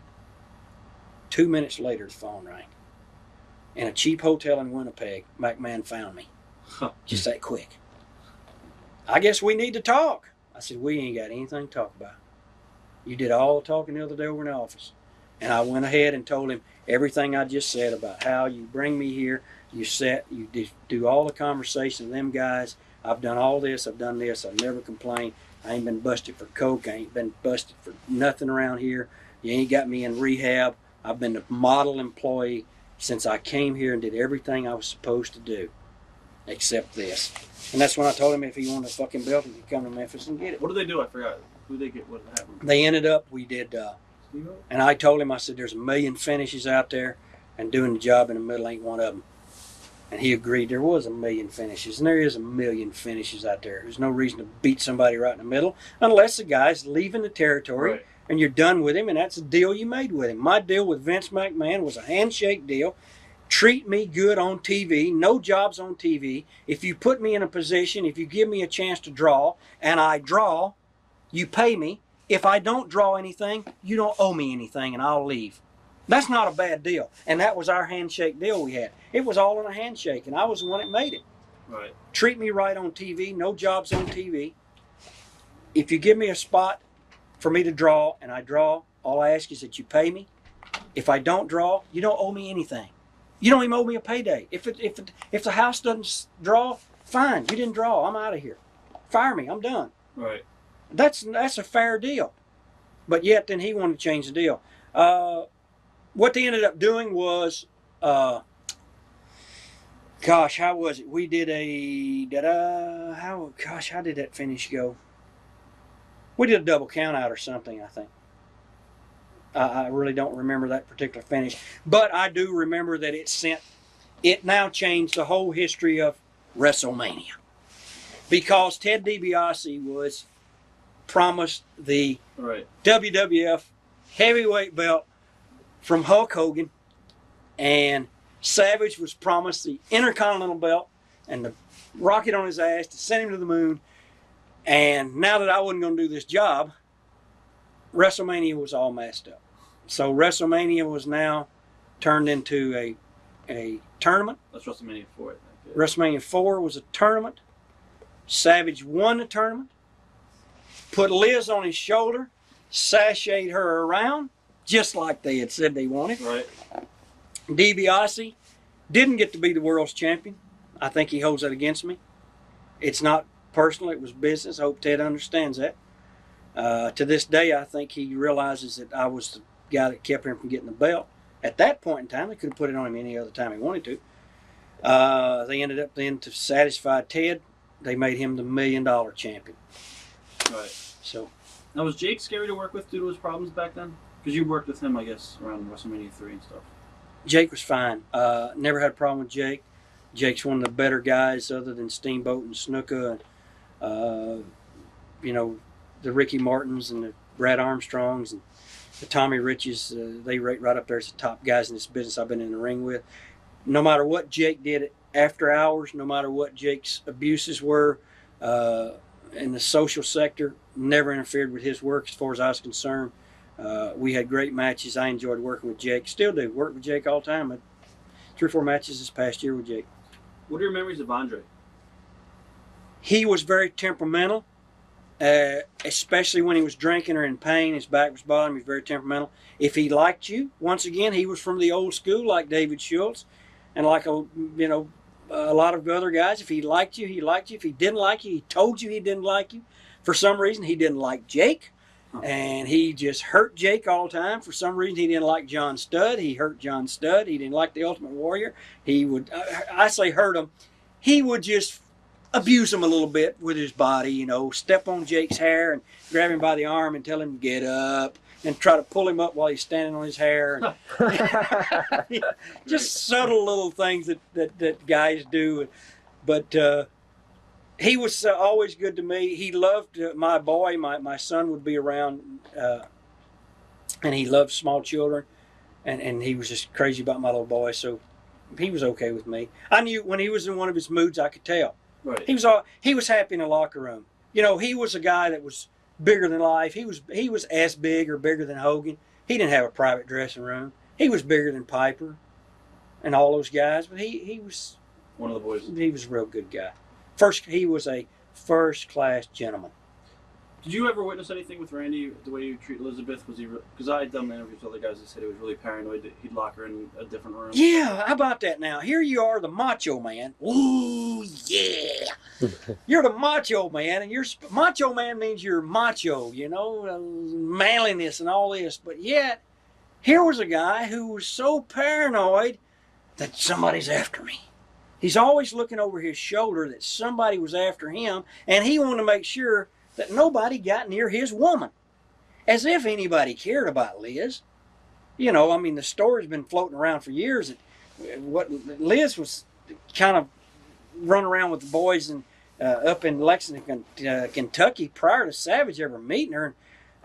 Savage had a fight with Hustler Rip Rogers, and basically it all stemmed over the money from their promotion up there, and Rip's got a lot of good stories too. Boy, he could tell this one better, but he was the one who introduced her to Savage. She was like his rat, right? You know, and so, but here Savage was very protective. No one's to see Liz. He'd lock her in the locker room. He locked her in the locker room at, where was this building?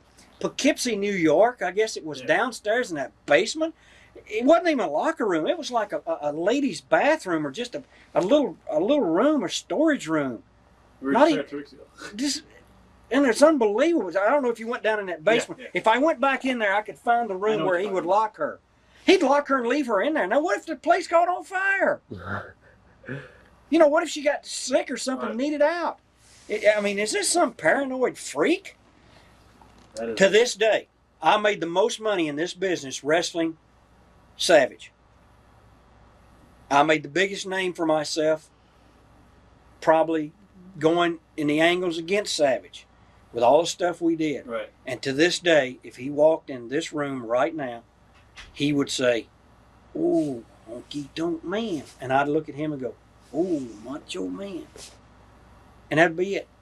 A handshake, and that would be it. There would be no cordial conversation of any kind. And we worked together for a year straight. Back in those days, was there any pressure for you guys? Well, you did your steroids or anything, or? I don't know. There was pressure all the time for everything. Were drugs out of control at all? Well, out of control means someone can't control it. Was there a lot of drugs taken in moderation?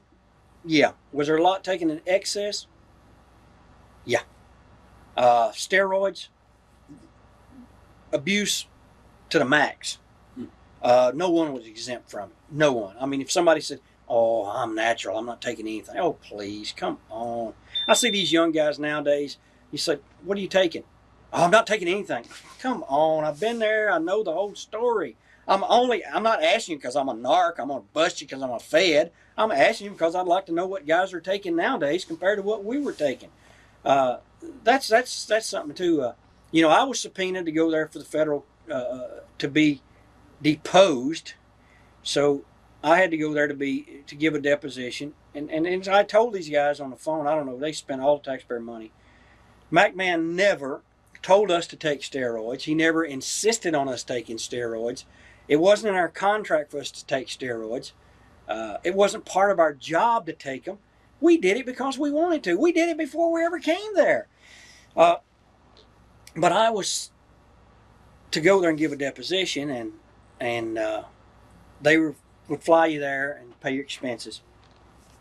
So when they told me that I needed to go, I said, "Okay, I'll just get my own ticket." and because they'd reimburse you for everything. And I used one of Vince's unused tickets that I had kept, and it was $750 to fly there. Right. And the government gave me the $750. I used his ticket to fly there and be deposed in a case against him. That's great. That's great. But when it come time for the trial, I was moving. I was loading a U-Haul to leave to go to Phoenix from Memphis, and I got the call then from my lawyer and from this prosecutor. They wanted to subpoena me to court.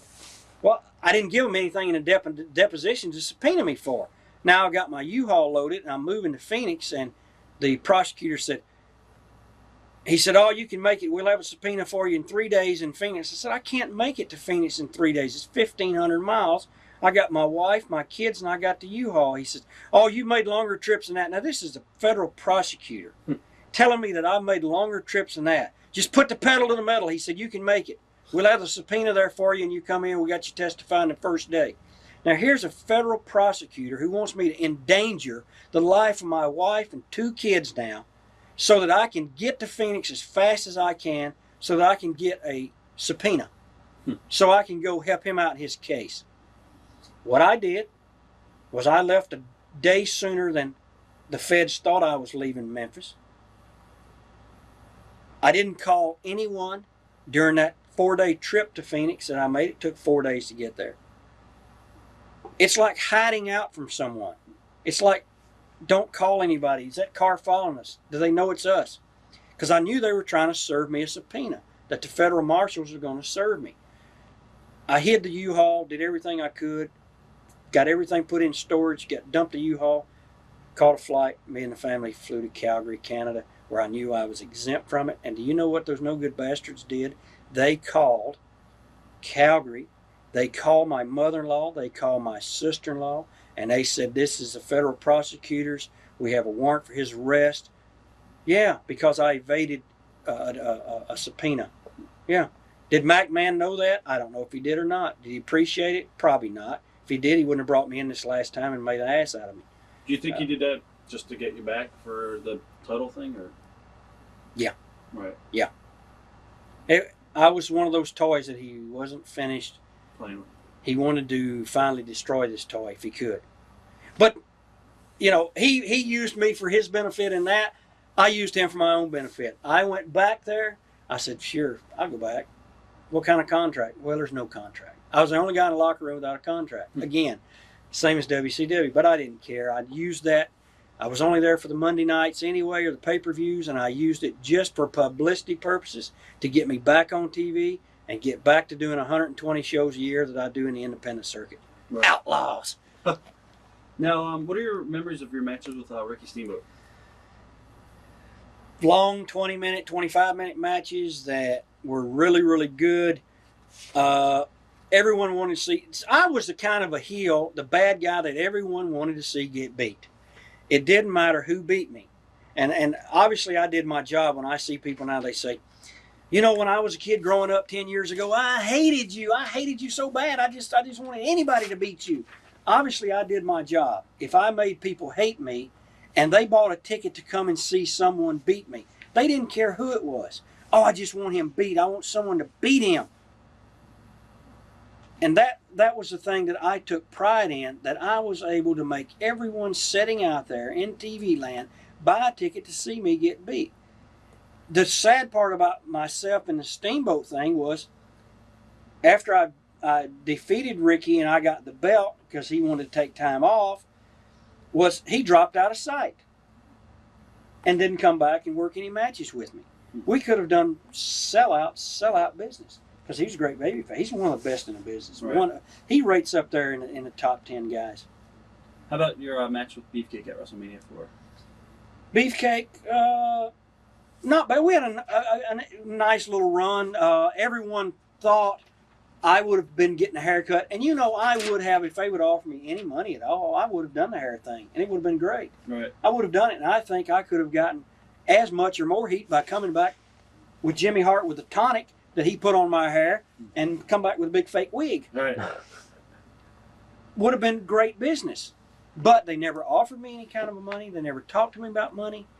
And every interview I did that McMahon was around, and he was in the interview rooms a lot of times, I made sure that I did the interview to let him know that the day that they cut the Honky Tonk Man's hair is the day that I'll be retired living on a lake. I let him know subtly through those interviews that don't even think about it. Right. Don't even think about it unless you're going to come with some kind of payday. Now, we go to the WrestleManias and we make, I think I made $7,000 or $8,000 for that WrestleMania. And then you got Hogan in the main event of WrestleMania making $1, $2, $3 million. Is there a discrepancy in pay? Come on. How about Ultimate Warrior? What was he like? Well, you know, gosh.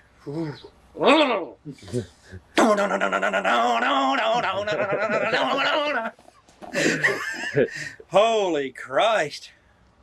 Was he out there? Man, just protect yourself, brother.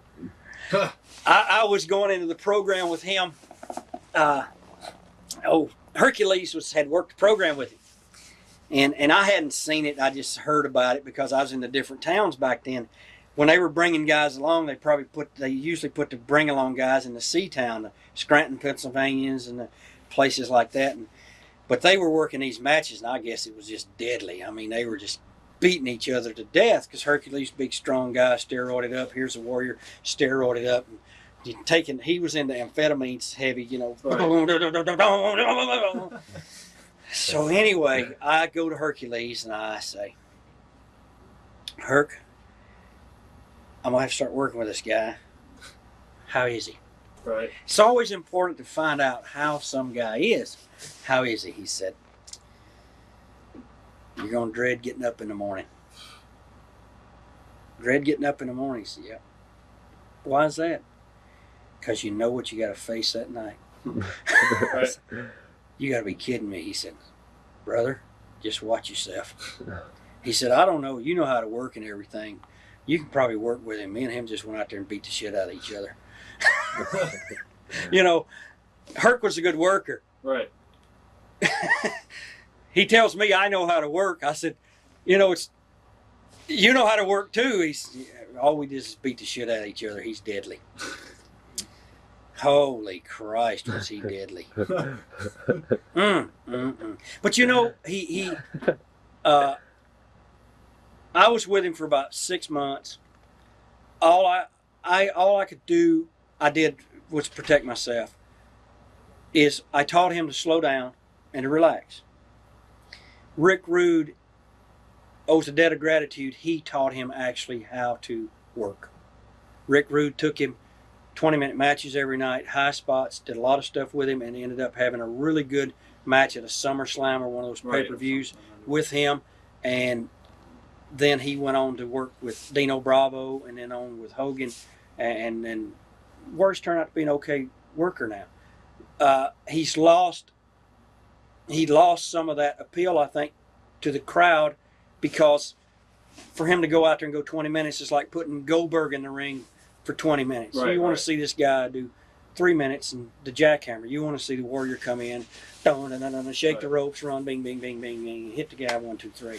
That's what you want to see. I think one of the biggest pops of all time, though, was when he came through the curtain at Madison Square Garden at the SummerSlam when I said, I don't care who's out here, I want to wrestle anybody, it doesn't matter to me, bring out anybody, nobody can beat me. And they hit his music and that place went absolutely bananas. And he hit the ring, bing, bing, bing, give me the flying shoulder block, splash me 1, 2, 3. It erupted. The place erupted. Didn't regret doing that job at all because Vince was a businessman to me about that. Right. He told me 6 months ahead of time what he wanted, what he would like to do, where he was going. Hogan's wanting to do movies. Hogan's wanting to take time off. He said, you know I got to have the belt in the towns. Talking about the world champion. I said, I understand. He said, I know that this guy can't work a fucking lick. But he said, I want you to go out there. He said, work with the guy in the front row. He said, I just need to get him over. I'm going to push him all the way. I said, I'll do it. Came down to the match at Madison Square Garden. They asked for a finish. They said, we need to get him over. How do you want to do it? And that to me is the way to treat a guy in this business. A young guy breaking in, you tell him, hey, go out there, shut your mouth, do the job. An older guy in the business, here's what we need to do, here's why, how would you like to do it? Since I'm the one that's having to do it, let me have some input. And they asked me, and I said, I think it needs to be fast. The faster the better. They said, okay. We put it together, and that's how we did it.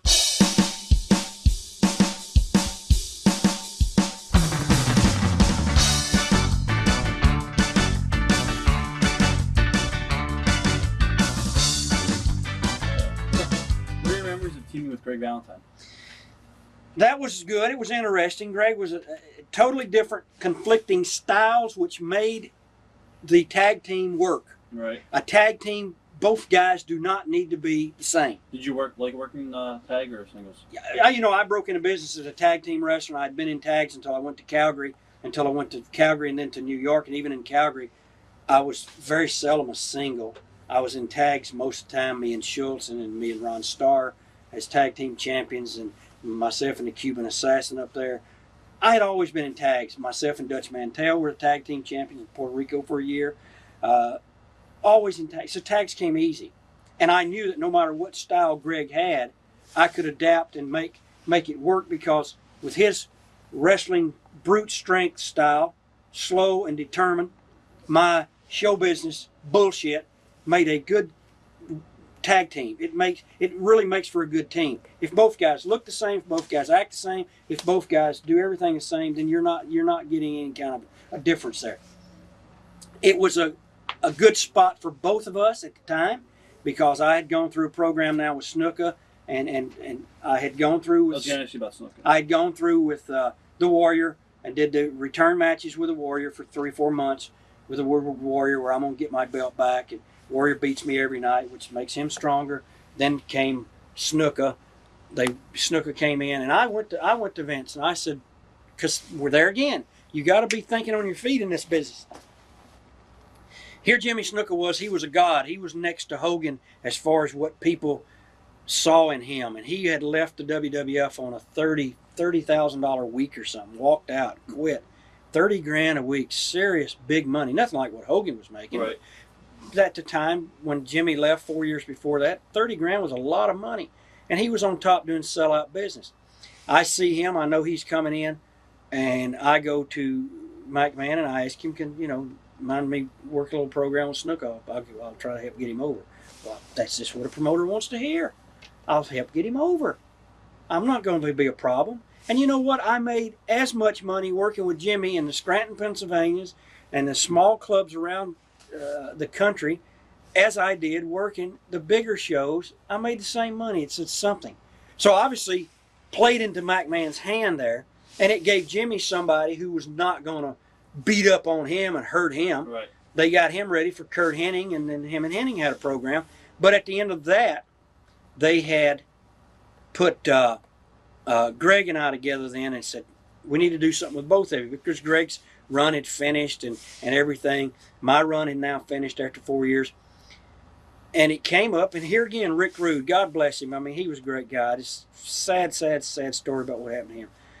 Anyway, we're in the locker room, and Patterson came out of TV Day, and they know they're going to send us out there, but they needed a name for us. And Pat Patterson came in, he's looking at Greg, he's looking at us, he said, we got to come up with a name for you before we go out tonight. And we just, okay, we'll think about it. Rude turned around and said, I got it. How about Rhythm and Blues? Rhythm and Blues? Patterson looks at him, Rhythm and Blues. He says, yeah, that's him. He's a honky tonk man with all the rhythm and everything. There's Greg sitting there half dozy asleep. He's always down in the dump, the blues. Great idea. I'll go tell Vince. And that was it. That was how Rhythm and Blues was born. Then they got the great idea, let's dye Valentine's hair black. Right. Which was Valentine hated it. He hated it. It was a great piece of business. Now here, I'm all of a sudden I'm in a tag match we call Rhythm and Blues, and here's a guy. He's out there with a guitar, and he's got long, stringy, ugly black hair. Right. You know, it was really, really good. It would have made for good television. But we happened to be behind the 8 ball. They had the Nasty Boys. They had Arn and Tully just came in. Arn and Tully. They had the Powers of Pain, Rock and Roll Express, not Rock and Roll Express, Midnight Rockers. They had the Rougeaus. They had the Dynamite Kid and Davy Boy. They had Brett and Jim was still together at that time, I think, and they were pursuing the Road Warriors. We were in the office talking to McMahon about getting the belts. We were going to beat the Hearts and be the tag champions. Right. Rhythm and Blues was, which would have been tremendous for television. It would have been a great piece of work, I think. The heat we would have had, because people hated us. Right. Greg with a hair and picking a guitar. We were in the office meeting with McMahon and talking about how we'd like to have the belts and take a quick run at it and see what we could do when he got the call that the Road Warriors were signed and sealed. Right. We were the odd man out. Didn't need us now as a team anymore. We were just a safety valve. And once he secured them and they came in, that was it for us. They let Greg go. Fired him. Told him they were done with it. Called me up and tell me they're sending me over to TV. I'm going to be a commentator now with Piper. I'm going to be sitting there with Daffy Duck. You know, you can't get a word in edgewise with Piper. Not only is he all substance abused up at the time and everything else, but mind you, he's wanting to secure a position at the table, which is a hard spot to break into, because there's more animosity, more backstabbing that goes on, especially when Vince was sitting at that commentating table with the guys that was there beside him. Everybody wanted that chair beside McMahon. That meant security, stability, prestige amongst the wrestlers and the office people. You were treated different. Right. Yeah. How about Dusty Rhodes? I think you worked a little bit with him. Had a few matches with old Dusty. Biggest liar. He lies as big as his belly is. You know, old Dusty told us all, hey baby, when I get the job, turn again, bring me down. I'm gonna bring all you guys with me. You be with me, baby. Yeah, lying sack of shit. He wouldn't even take our phone call. I never called him anyway. You know, he pulled me off to the side prior to us going in that SummerSlam match, and because he had known then that he was probably going to take the Turner job and go there. He met with him and talked to him. He calls me off to the side that night before the match. Hey, baby, I know you're unhappy here and everything. Listen, I got something cooking. When I get it, you're going to be there with me. All okay, right. Here's my number, Dusty. If it happens, I'd sure like to do it because nothing happened here for me. Yeah, baby, don't you worry. Nope. Well, he never called any of us. In fact, Coco Beware. Coco tried to call there. Dino Bravo tried to call there. Ricky Martel tried to call there. He wouldn't even take their calls. He told all of us, hey, baby, you got a job with me? As far as Snuka, was he easy to work with? Yes. Except for that damn splash. Right. Holy shit. Man, that thing hurt. Hard Foundation, your series with them. Did Brett improve a lot from the Stampede days? No, not really. He improved in tag team because he was always a single in Stampede, and his tag matches, which he'd had a year. You know, he had been working with Dynamite and Davey for 10 years in Calgary before, and you know, people look back and say, oh, the Hart Foundation and the British Bulldogs had classic great matches. Well, my God, if I go out there with Ricky Martin and Robert Gibson, me and Larry Latham, and we had wrestled them guys 1,000 times, we'd have tremendous great matches with them. Right. They'd been working together for 10 years. They should have had great matches. But tag team-wise, Brett and Jim, there it was again. Here's Brett, who was the technician, the real wrestler in that team, and Jim was the big anvil who couldn't do anything, but yet they had a great tag team. And that's what you have to have. Now, you also worked Hogan in '89, I think, right? I had a few shots. Right. Not many. Once again, another McMahon promise when I first came there was a big run with Hogan. You get the big run with Hogan, you're talking, like I said, instead of making $10,000 a week with the Intercontinental belt, now you're making $15,000, $18,000, $20,000, $30,000 a week with Hogan. Kamala, 3 shots with Hogan, $18,000. 3 shots, he gets mad and quits. Orndorff, one show with Hogan, 50 grand in Toronto.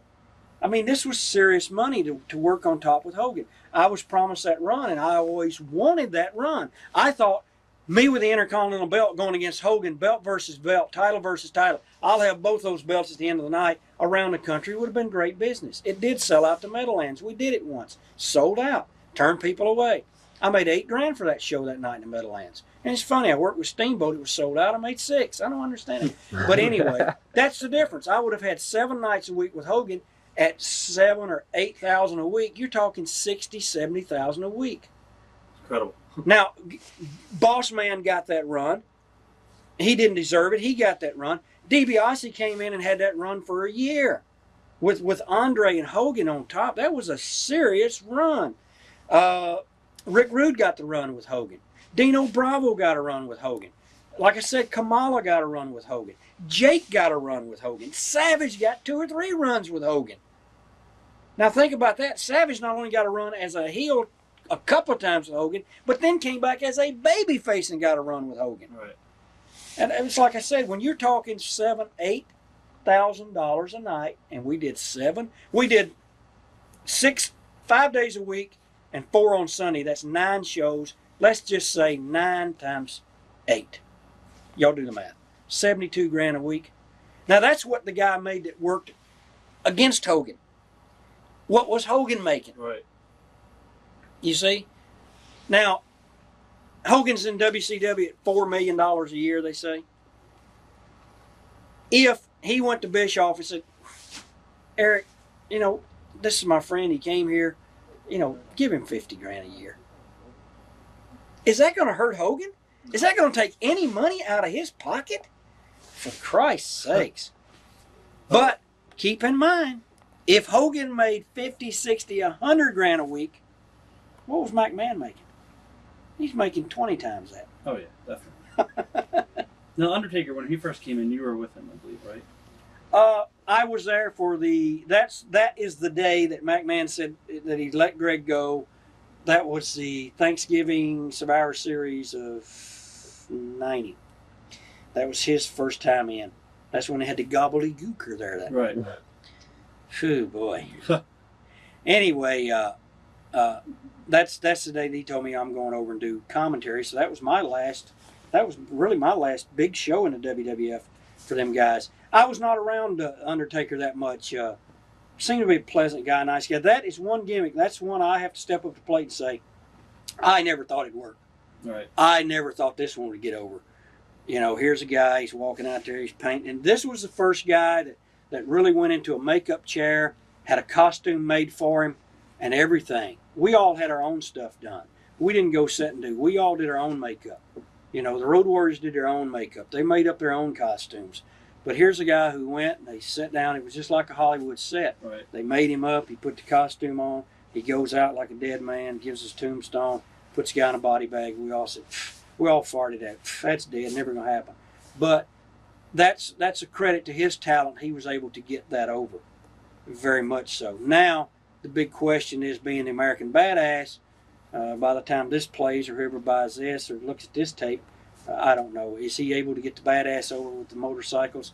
Somebody's already done that. So right. I think his days as the Undertaker probably finished. It just doesn't mix in with the kind of style they have going right now. What are your memories of Kerry Von Erich in the WWF? Oh, boy. Kerry was out there somewhere that no man's ever been before. That's a sad story. But there again, I know promoters' kids, and how the promoters' kids are. The promoters' kids think because these are dad's toys, they're my toys too. So the kids tend to play around with people and people's lives that they shouldn't. And Von Erichs wasn't exempt from that, neither were the Harts or any of these other kids of promoters around. Kerry, I was in an interview room one day. We used to have to stand and wait on one guy to do his interviews. He might have 2 cameras going in 2 different rooms. You got 30 guys to do 30 interviews. And Kerry was in there for over an hour one day with one cue card that he couldn't even read the cue card and say the name of the town and what time of the show was. It's Saturday night. It's Madison Square Garden. We're kicking it off. It's 8 o'clock, the biggest card of all time. I mean, come on, Kerry, for Christ's sakes. Can't you say it's next Saturday night in Scranton, Pennsylvania at the Catholic Youth Center? I mean, it took like 60 minutes for him to get this thing. And we're all waiting. It's 60 minutes for us to wait. Please. But he took that GHB stuff or something on an airplane, and they had to land the plane and take him to the hospital. And just a mess. Just a mess. I only worked one match against Kerry. It was an independent show somewhere, and he was fine. We had a good match. He was a good worker in the ring. Nothing wrong with his work. Right. How about Shawn Michaels? What was he like back then? Shawn Michaels in the early days was a nice guy. He's got a partner, Marty Jannetty. Is a real nice guy. Marty's got some demons he deals with, but Marty's a real good guy, first-class gentleman. If Marty knows you, he knows you. If he's seen you before, he's going to be nice to you. Shawn Michaels, once again, he rubbed up against McMahon. Some of McMahon rubbed off on him. Shawn turned out to be a complete asshole. I mean, just a complete asshole. Now, how did you wind up leaving WWF after you did the commentary? It was a case of them. My name wasn't on the booking sheet anymore. They sent me a check. They sent me $1,000 a week. Did you leave on good terms? I would say so. I just asked for a release. That was as good as any could be, I guess. I went to King of the Ring. Helmsley was hurt. They flew me out. I flew out to do some kind of personal appearance for them. They hadn't used me since the Brett deal where Brett smacked McMahon. That was Survivor Series, I guess it was. Right. In December, they called me to come out in January to do a personal appearance somewhere in California. And I just happened to be in the same town that the Raw was that day. So I went down to the building because my ticket sent me home the next day. And Helmsley was hurt, and Patterson came over and asked me, would I mind being in the Royal Rumble? You want to be in the Royal Rumble? Helmsley's hurt, and we got to find somebody. I said, well, I don't see why I can't. I wrestle for everybody else in the country. I don't know why I can't work for you guys. Right. Because they've not used me for a year. Put me on some commentary, and that was it. I did the King of the Ring for them, and they didn't call me back again. And he called me 3 months later and said, we need you to do a bus ride from Connecticut to Boston for the WrestleMania with some sponsors. I did the bus ride myself and Slaughter. Went to the WrestleMania, had lunch and left. Went back to the hotel and flew home. Then they didn't call me back again. The booking sheet came out. My name wasn't on it. I wasn't on anything for 3 months. This was in WrestleMania's March. But in the meantime, I was still having to clear all of my dates with Jim Ross. I was constantly getting independent dates. Thursday, Friday, Saturday, Sunday. Go to the Raw on Monday. Stay for Tuesday, go home. Sometimes I wouldn't even stay for Tuesday, go home. But I had to clear my dates with Ross. So then it got to the point where instead of him clearing the date right away, they'd string me along for a week, 2 weeks, 3 weeks, 4 weeks. I'd fax them back. I couldn't call because they never answered the phone. Right. Fax them back. I need to be cleared on this right away. Because the independent promoter saying, listen, Wayne, gosh, I got to get my advertisement out. I mean, I got your name on a poster. Are you going to be there? I got to buy your plane ticket. I mean, what's happening? The independents had kept me alive since December of 1990. And I was not going to trample on those guys. A lot of them were legitimate, good independent promoters who were loyal to me, and I still work for them. You know, the Killer Kowalskis and the Danny down here in Baltimore and different places around the country. They give me 4 or 5 shows a year, and I was not going to trample on those guys just because now I'm back with WWF. So it got to the point where I got tired of it. I just stopped clearing the dates and went out and did my own thing. And finally in August, I faxed McMahon a note and said, just want to know if you're going to renew the contract of the greatest Intercontinental Champion of all time. If not, I need to know. Right. He faxed me back and said they have no plans on renewing me at this time, and a release would follow. Right. That's great.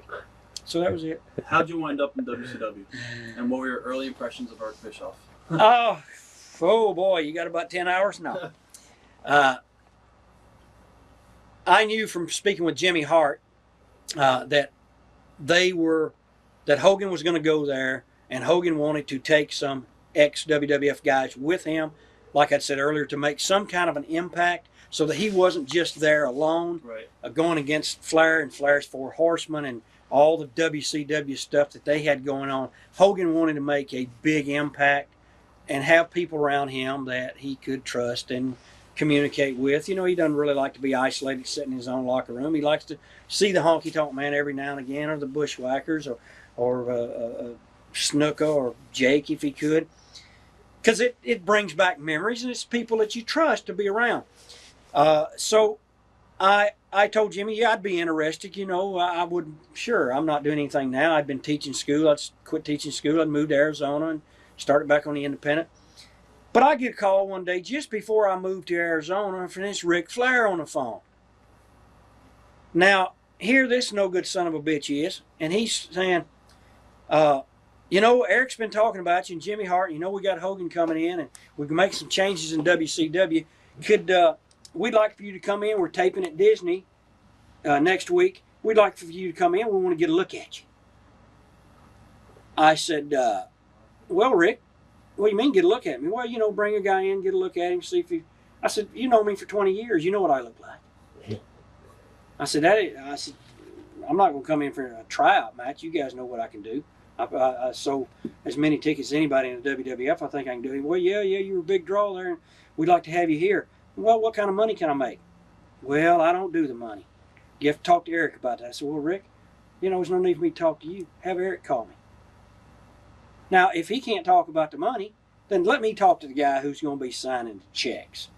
I mean, there's two sides to the ends to the horse. There is his head and there is his ass.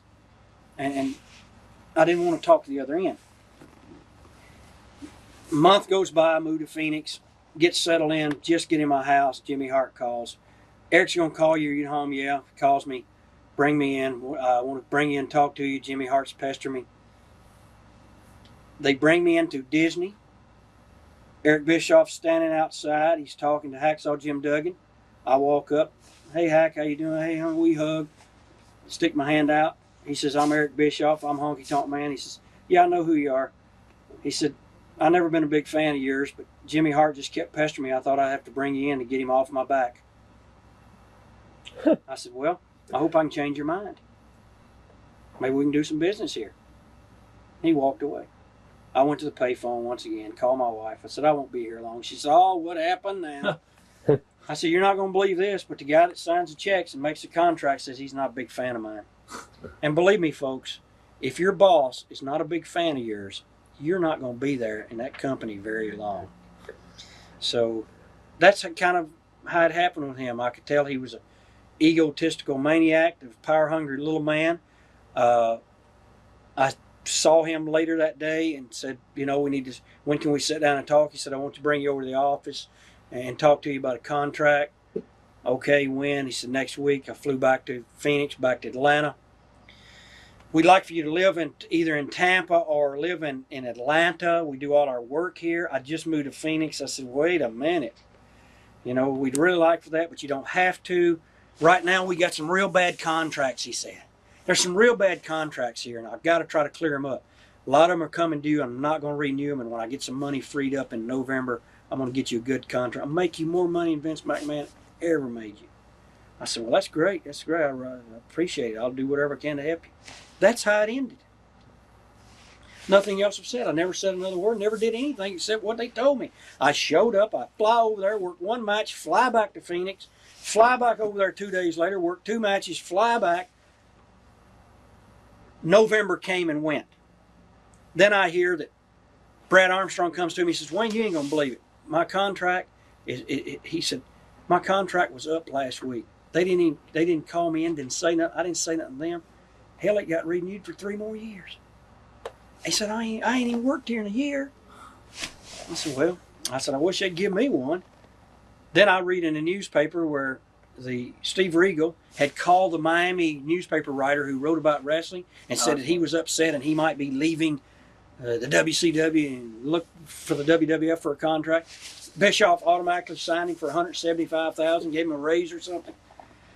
Then they bring Savage in. I heard $450,000 on that first contract deal with Savage. This was all in November. Now November had came and went. Now here I sat. Well, what's going to happen? Then came time for the Johnny B. Bad finish. Mike Graham struts over there and tells me, I told the wife before I left home that day, before I left home, I was packing my bag. I said, I got a funny feeling I'm going to be quitting tonight. She said, you always say that. Well, you always. I said, no, I've got a real funny feeling about this. They're going to ask me to do this job for this kid tonight, and I'm not doing it. If they don't give me a contract, I'm walking. I didn't get a contract, and I walked. But the sad thing about this is, normally when you negotiate, they had me on TV, every television show for 4 straight months. Promos, beating all their guys, everything. Why not capitalize on that investment, at least, if nothing else, the short term for that night? Right. When I said, I'm not going to put this guy over, okay, what can we do for tonight? Bischoff totally closed the door on negotiations. He came out, backed himself up against the wall, stood there like he's in a shoot fight or something. I said, Eric, what's the deal? He said, what do you mean, what's the deal? I said, what's the deal? Once again, I had a deal with Bischoff. I said, Eric, I'll give you the same deal I gave Vince. Use me on TV, treat me right, no jobs on TV. Put me in a position, if I draw, pay me. If I don't, you don't owe me anything. He said, yeah, that is our deal. I said, then what's the deal with the job on TV? He said, it's not a job on TV. This is a pay-per-view. I said, it's still television to me, Eric, without a contract, because I'm still an independent. Well, you're not going to hold me up for money. I never even mentioned money. Right. So right away, the door was closing. I tried to open the door by saying, Eric, I'm not trying to hold you up for money. I'd just like to know if I've got a job here tomorrow, if I go out and do this tonight. Well, with the rate you have right now, I was making $1,200 a show there. With the rate you have right now, you'll do well over $200,000 next year. I said, yeah, I will if I work on all those shows. I said, half the time these shows get canceled because there's not enough people here. Right. Well, if you don't want to do it, we can't use a guy that don't want to go with the program. Once again, he slams the door. I try to open it. Eric, it's not that I don't want to go with the program. I just want to know that I'm part of the program. Well, if you don't want to do this, we can't use you. At that point, I'd had enough. And he said, besides, you did jobs for McMahon. That ain't got a fucking thing to do with it. I mean, I was so mad at that point. I was just furious because that had nothing to do with it. I had not even seen Vince McMahon in 6 or 7 years. And now this guy tells me, well, if you don't want to do it, we don't need you. Besides, you did jobs for McMahon. I tried to open that door one more time. I said, every job I did for McMahon, I got paid for. And a hell of a lot more than what you're paying.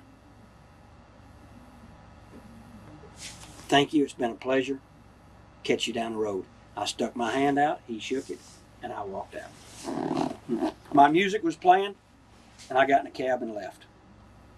Yeah. That's just how it went. No Jimmy Hart calling me. No Jimmy Hart running behind me. Nothing. Nothing. Just Hogan. Hey, brother. Hey, brother, wait a minute.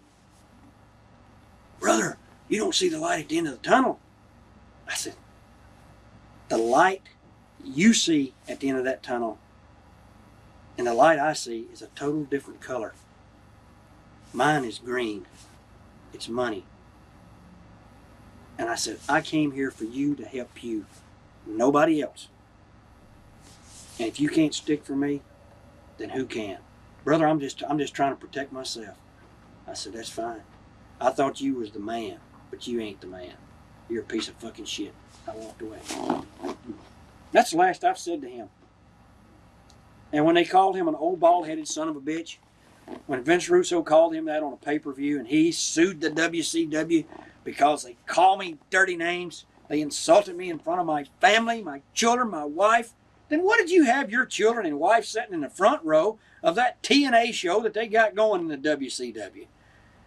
Well, you know, there's some dispute about whether or not he's old, whether or not he's bald-headed, or whether or not he's a son of a bitch.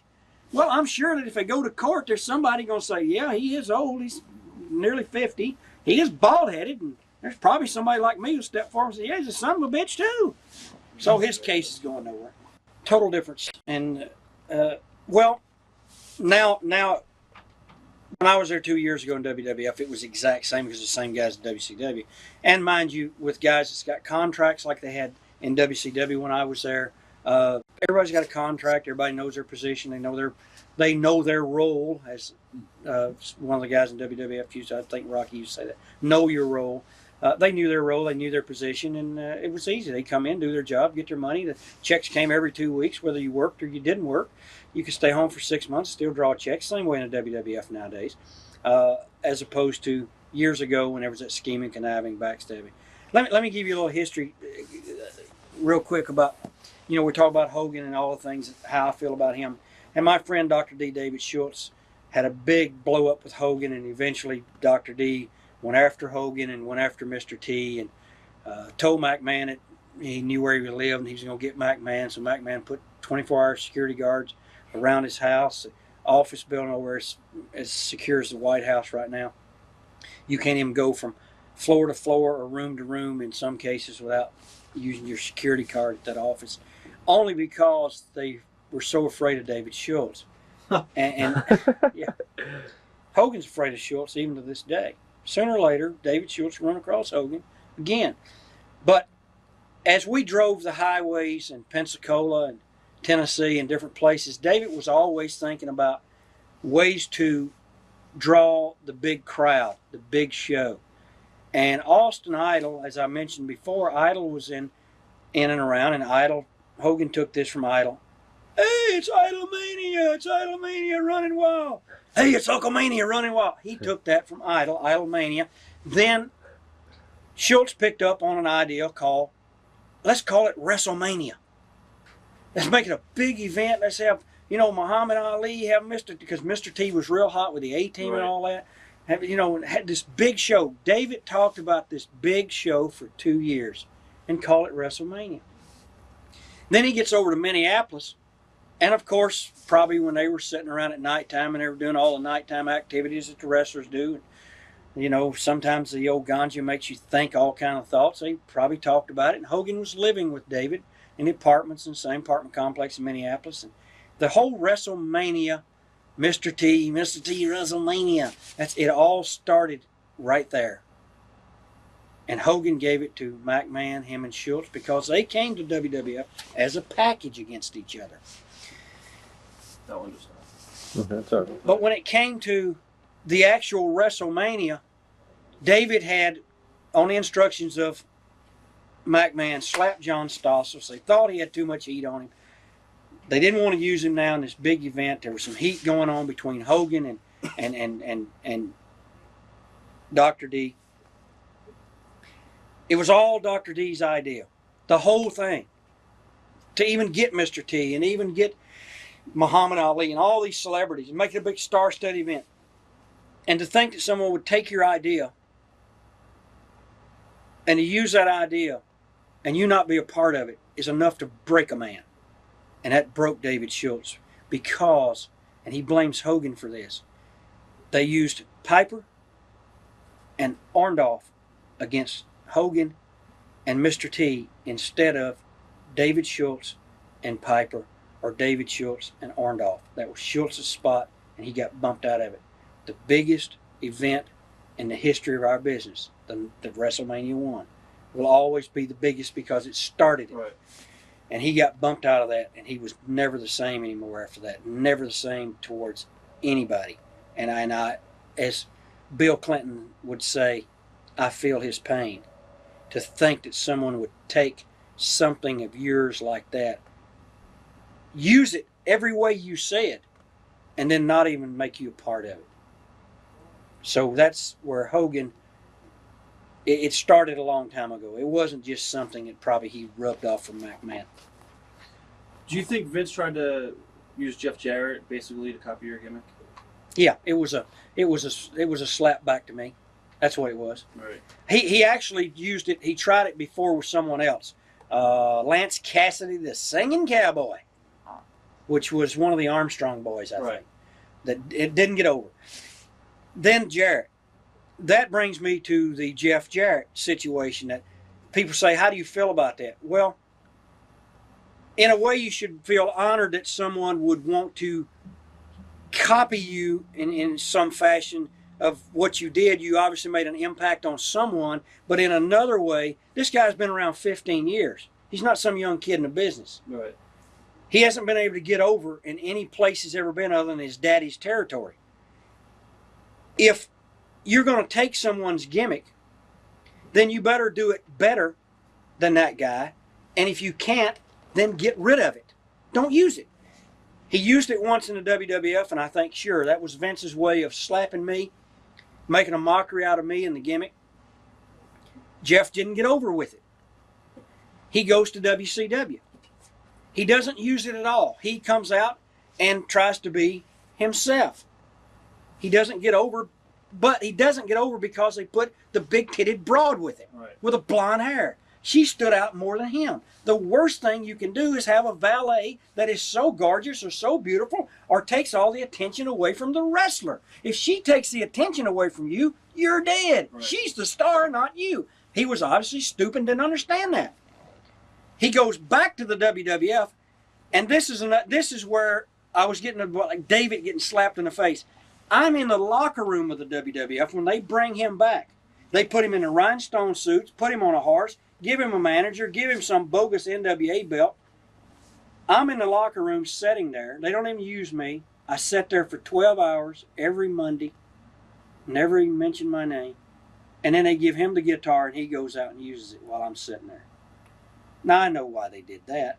But if I had been Jeff Jarrett, obviously he's got no backbone or no professionalism. If I had been him and they told me to do that, I'd say, that's his gimmick. He's I don't want to do that. Right. Not while he's here. I mean, if you guys get rid of him or something, then fine. But, I really don't want to. He didn't do that. He played the game with them. So you got to think, well, I'm not around anymore. They're going to continue to do it. So fine. No problem. That's the second time they've done it. It didn't get over. But the idiot, this dumb son of a bitch, goes to WCW and carries that gimmick with him again. It gets to be a point to where you say, the hell with this guitar. I don't want it anymore. I want to get over as myself. Right. I want to get over as a new gimmick. I've tried this thing 3 times now and it didn't work. I don't want any girls with me. I want to go out here and get over. Obviously, he can't get over. He's not going to get over. He's a small guy. He's a mid-card wrestler, and he's not going to get over. And it's bad. It's bad because if I took Bill Dundee's Elvis gimmick, and I've seen Bill a bunch of times, and I told Bill, I said, I would never have come to Memphis and used that. Somebody gave it to me in another territory, and I did it. But when I went back to Memphis, I didn't go back there as a Honky Tonk Man. I never would have done that because I had a professional courtesy to somebody. You don't do it. If you take his gimmick and you go off to California and you use it, well, California TV doesn't bleed into Memphis. But once I went to the WWF, I perfected the gimmick and made it much more stronger than Bill ever knew how to do it. So I expounded on it. I made it bigger. There's never been but one Hulk Hogan.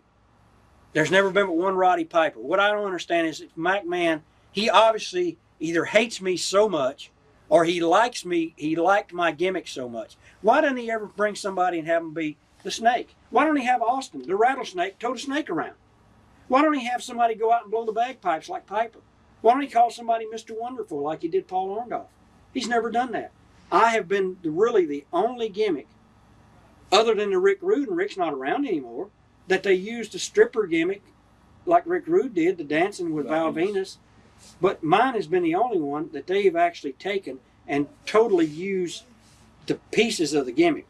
Jarrett now goes out and hits 5 guys. The guitar explodes like paper and everybody, they think it's a sham. So whatever he's done, they hadn't killed me, they've made me stronger because people say, that guitar he used, that's nothing but paper.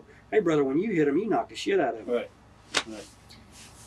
Did you see a lot of potential in The Rock? I knew that from the very beginning.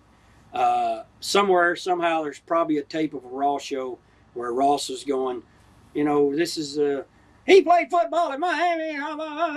Who gives a shit about football at so and so? But anyway, he was Rookie of the Year, and I said, because I'm looking for this is 3 months, and I'm looking for my protege, somebody who can fill my shoes, please. Huh. Anyway, I said, and I made that statement on TV. I said, he's not only the Rookie of the Year, he's the only one here with any talent. Wow. What about And he was. What about Steve Austin? This Rocky kid, here's what he's got that WWF likes. Size. He's big, he looks good, and he can talk. Yeah. And he can work. He can work, and he can talk. Austin, you know, flash in the pan, really? Is he gonna last 10 years? No. Bad neck, 2 knee braces. He looks like a guy in a wheelchair. It's over when you go out there with 2 knee braces. And now that you got a bad neck, you can't do. This is the thing about Cactus. Cactus came off the cage, went through the floor, went through everything. When he comes back, if he can't do those things he did before, people are going to fart at him. Well, he's not as good as he used to be. See, you can never box yourself in to that kind of a corner. He painted himself in a corner now. So with Austin. Austin's 2 leg braces, hurt neck. He can't do the things he used to do. But this kid, Rocky, I'd like to be around those. Now, that's going to be some egos right there. Well, they got to do WrestleMania. Yeah, now who's going to do the job for who? Rocky's a big movie star, too. Hunter Hearst Helmsley, he's a big star. Who's going to do the job? Austin's a big star. That's going to be Vince McMahon. Vince has got them guys right where he wants them. What a power! What a power struggle! Maybe Sean and Brett all over again. Oh, of course. Speaking of that, what are your thoughts on that whole situation with Survivor Series? And The one thing in this business that I missed, and I left the building, and I was sitting no further than you and I were. We were on the same bench. There was Jim Neihart. We were in a like it's a hockey locker room, Right. and there's a bench type thing, cabinets with a locker. There was Neihart, Davey, Brett, me, Rick Rude across the way, Ron Simmons, a couple more people down through there. Cactus was back in the back, and Paul Bearer was over on the other side. I went there that day. They had nothing for me. Bruce Pritchard had come along and said, you know, we got to come up with some way to get some publicity on the Honky Tonk Man. I said, try to put me on fucking TV. It might help, you know. But anyway, the cameras are following Brett around and then all this. That had been going on for about 6 months, 6 weeks, 8 weeks, 2 months or something. What a boring video that would have been to follow. You know, Brett's expressionless, nice. Brett and I are friends and everything. Expressionless, blah, blah, blah, blah. Who wants to hear Bret Hart's story for a documentary? These camera people, this producer and director, they were lucky. They got some really great footage to make a good show. The last 45 minutes the tape was rolling. I knew when I left, coming to Montreal, my wife once again asked me, she said, what do you think Bret Hart's going to do? You think he's going to do that job for Shawn Michaels? I said, no way. No way is Bret Hart going to do the job for Shawn Michaels. Bret's not going to do the job for anybody, much less Shawn Michaels, because they hate each other. Now, just a month before that, they'd been down on the floor at the Hartford Civic Center, fighting, scratching, pulling each other's hair out. So there'd been a vicious fight just 4 weeks prior to that. But that night, I was finished, had nothing to do. After I gave Pritchard my thought on television, I got in a cab and went back to the hotel. Missed the whole damn thing. I was right there. I could have been there watching McMahon get the hell knocked out of him. Did Bret hit him? Yeah. Rude told me about it the next day. He said, you ain't going to believe what happened. I said, what? He said, Bret Hart beat the shit out of McMahon. I said, oh, he didn't. Yeah, he did. He said, I was there. He said, they screwed him in the finish. He told me the whole story. I said, holy shit. Yeah, he whacked him. How close are you and your nephew, Brian Christopher? Never close at all. He was a small child when I was in Memphis breaking in. He was never around his father at all. His dad disowned those children and his first wife, the mother of those children, and never had anything to do with them, never brought them around, nothing. So, I don't, other than somebody probably telling Brian that we're related, right, doesn't mean anything to him. Was there any heat between you and He's Lawler? good talent, though. The kid's good he's talent. awesome. He's awesome. Good talent. He's just too small, once again, small guy and living in the shadow of his old man. He'll never do anything there as long as his old man's there, because his old man's always, oh man, why'd you do that? Look at Brian out here. Brian shows up late one time for a Raw, and back then they were fining everybody $100 or something, $100 for being late. He shows up like 2 minutes late. Lawler goes right over to Arnold Skol and tells Arnold, says, look, Arnold, he's late, find him, find the bastard, find him, he's late. I thought, here you are, you're his father, and you're saying this out loud in front of everybody for him to get fined. If I'd have been a kid, I'd have pulled him back in the back, kicked him in the ass. Right. Because a kid could beat the shit out of the old man. Was there any heat between you and Lawler when you stepped in as Jim Ross's partner? I'm sure there probably was, yeah, because he, like I said earlier, that is a situation where it's harder, it's easier for a guy to get over in the ring, right, wrestling, than it is to get on that fast-moving, fast-paced show and get over there. Because see, Vince took me to Germany to work with him on a European pay-per-view. Didn't take Ross, didn't take Lawler, it took me. Vince, I went. I flew over there on the Concorde with the production crew and everybody, and we did that show. Vince was using me a lot on the commentary. Vince Russo was the one who was writing me off the commentary. When Vince left the commentary booth, I didn't get much commentary at all. When Jake Roberts was there and Jake was helping write TV, Jake would write me in to go do commentary. Vince Russo, as he got power, would write me out. The sheet would be up. I'm going out on this match. 20 minutes later, the new lineup would come up on the wall. I wasn't out. I'd go to Jake. Jake, I thought you said I'm going out on this. He said, you are. No, I'm not. They took me off of that. Shit, let me go talk to Vince. Jake would go tell Vince. Vince, they'd write me back in. So once Jake left, I got no more TV time. What are your views of Russo? Another power hungry. Gosh, you make yourself the world's champion. You go from making $75,000 a year, working for the WWF, to making $750,000 a year. Somewhere, somehow, someone believed that Vince Russo turned the WWF around. Vince Russo didn't turn the WWF around. I think the Mike Tyson WrestleMania turned the WWF around. It was just the media coverage that securing Mike Tyson for that event changed the way people looked at the WWF, and now they looked at their product different. And I don't know. Russo might have some good ideas about shock TV, but I just don't think hardcore every match and naked women is what people want to view as any kind of family entertainment in prime time, even in cable. I don't think that's what people. They don't want to see that in wrestling. They don't want to see it. Sure, do the guys want to see somebody like a Kimberly come out bouncing around with her tits shaking, her ass hanging out? Sure. One time a night they want to see that. But they don't want to see every wrestler with a whole crew of girls. At one time there, Russo had 26 girls on contract. And I said, is there not room for at least one wrestler? Right. Right. Out of 26 girls under contract, there's not room for one guy that can maybe go out there and sell some tickets? Right, right. Let's see. Where do we go with this? Was there any tension between you, Sean, and Hunter at all? No. No. No. Are you surprised with Hunter's success?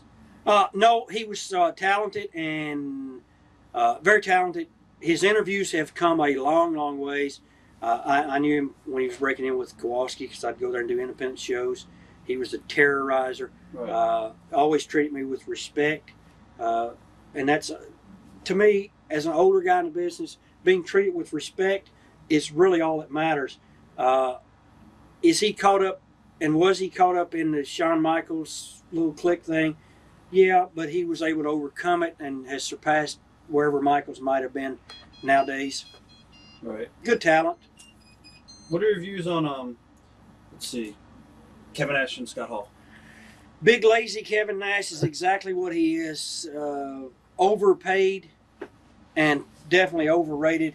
Probably the least drawing as far as gate receipts WWF heavyweight world's champion in the history of the WWF. He didn't sell any tickets. He's not very talented. I think he goes out and he talks about a new generation, people being old, but yet he's got the gray in his beard and he's got the gray in his hair. As far as Hall never impressed me as doing anything. The question you have to say, is he worth, or was he worth $1.2 or $1.3 million a year? Was he worth that? Is Kevin Nash worth $1.2 or $3 million a year if they're not going to turn the company around and sell tickets? When you look at 600 people buying tickets or 1,000 people to buy tickets for a Monday Nitro and you're giving away 5,000 tickets, something's wrong with your main event players, your top talent. Something's wrong with the Arizona Cardinals football team when their quarterback, Jake Plummer's making all the money, but yet he can't produce. Something's wrong on a baseball team when your pitcher that's making $20 million can't strike anybody out. Changes have to be made. And if that company doesn't do it, probably by the time this gets out to the public, they're finished anyway. Right. What are your views on ECW? It's too bad because there was room and there was a place for a third company that could give young guys a place to break in. It's too bad they had to be so extreme that they lost their viewership and they lost their crowd that came to watch them. It's too bad that the guys that worked there so long and so hard totally destroyed their bodies, their young bodies, and have multiple surgeries on themselves now, and that they're not getting paid. There was a place for it. Management, maybe Paulie could have done some things different. Looking back, but hindsight's a whole different story. There was a spot for him. He took advantage of it when he had the chance. I'm glad they did it. I just wish they hadn't have went so extreme as much as they did, to the extent they did, because there again, they painted themselves into a corner with no way out except more extreme, and you can only go so far. I mean, there's only so high that Rod Van Dam can jump off a balcony, or Sabu, or so many chair shots you can do in one match, jump up and drop kick or throw a chair. And I mean, right.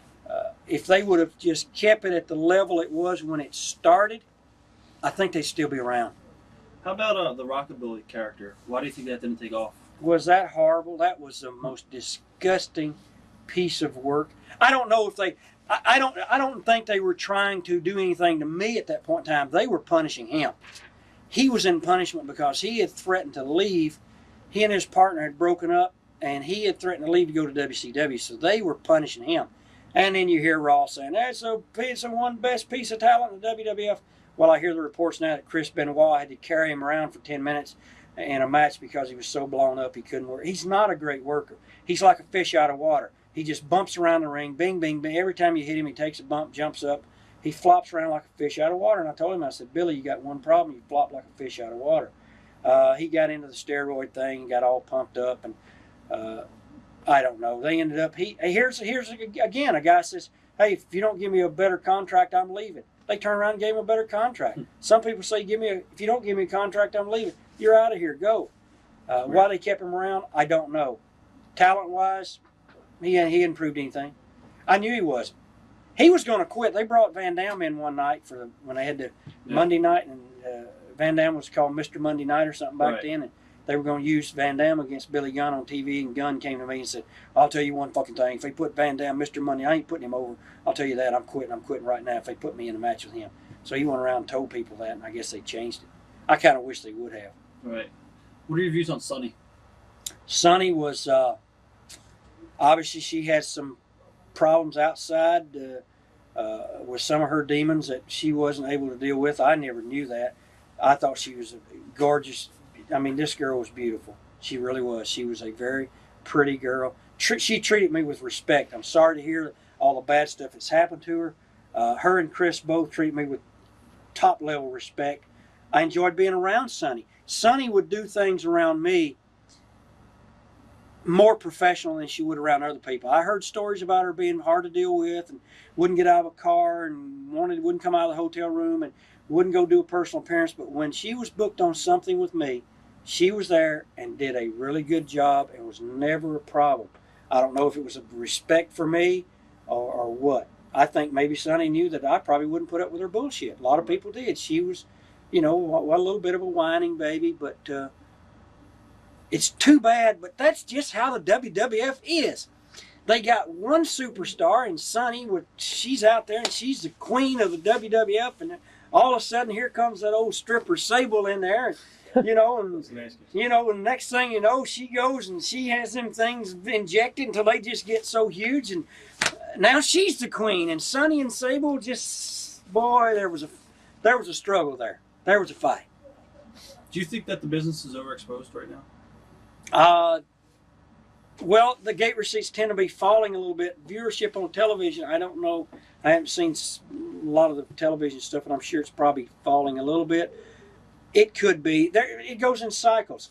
I've always said this particular cycle would not last the 8 or 9 years like the other cycle did. The other cycle lasted around 9 years, right, maybe 10 before it really took a nosedive.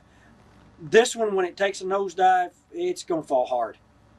And McMahon is going to take a lot of people with him on this one. Stockholders. Do you, well, actually, I was going to ask you, where do you see the business in the next 5 years? Well, we saw in the last 5 years, it's gone from heels and baby faces where they said there's no such thing as a good guy and a bad guy, and I'll dispute that. All of a sudden, you see Kurt Angle, he's a bad guy. Right. People hate him. Right. It's funny, if there's no heels or baby faces, why isn't he not just in between? But they see now that they need to start making that transition back to that. Somebody's got to come to watch somebody get beat. Somebody's got to come to watch someone win. You can't have these three-way dances and four-way dances that they have, and all four guys be cheered by everyone. And right. It's going to go back. It's gone from. And I was telling this to someone the other day. Imagine the young guys who broke in 2-3 years ago, and everything was lucha style, because all the luchas were on TV doing Mexican style wrestling. Which I said, fellas, don't learn this stuff. If you like it and you want to learn a couple of those moves, learn the real basic professional wrestling. This stuff will not last. The lucha stuff is now gone. All those young guys that was trained and learned how to be lucha wrestlers, they have to be retrained now. Right. They got to go back to wrestling school now. So it will go back to whatever it was. It makes a circle. It will go back to wrestling. And then it will go then to hardcore. And it'll go to lucha. And it will make a complete cycle. It might take 20 years to do it. But you will see this cycle, and it's all written. Luchas are gone now. WWF is not using all the naked women anymore. Right. They're not using as much sexual overtone in their angles anymore, which, they love to do that for some reason. Even the names they give. Brutus Beefcake. Well, Beefcake was at that time the #1 gay-selling magazine in the San Francisco Bay Area. Maybe even around the world. Beefcake. And I guess in the gay community, the gays call it, oh, he's a brute. Oh, what a brute he is. Brutus Beefcake. There's always something in those names. The Vow of Venus, and then the Narcissist, and now you got the Prince Albert. We know it has something to do with piercing of the sexual organs. And right. So the WWF has always played in that sexuality line, and one of the best ones I got enjoyment. I didn't watch a lot of it, but what I did see when I saw it, I enjoyed was the Mark Henry with in bed with old Mae Young, and Mae Young was pregnant. That's the first time I really dabbled in that end of it, which it made for good TV. What was the best rib you've ever seen? Oh gosh, there's been so many. There's been bad ones, with the Bulldogs, Dynamite Kid. Sure, if he had a problem with me. He was cutting Terry Taylor's clothes up, cutting his pants up, cutting his jackets up and stuff. To me, that when you destroy someone's property, it's not a rib. When you defecate in someone's food, like they did with Sonny, and right. defecate in someone's bag, like they did with Sable. I didn't mind them defecating in Lawler's crown. Defecate means you take a dump in it. Right. I didn't mind them taking a dump in Lawler's crown. He cried to McMahon about that, and they got a memo sent out, no more ribs in the WWF, because Lawler cried about somebody squatting down and letting out some mess in his crown. I don't know. I was never a big ribber, never was involved in too many, so I don't know.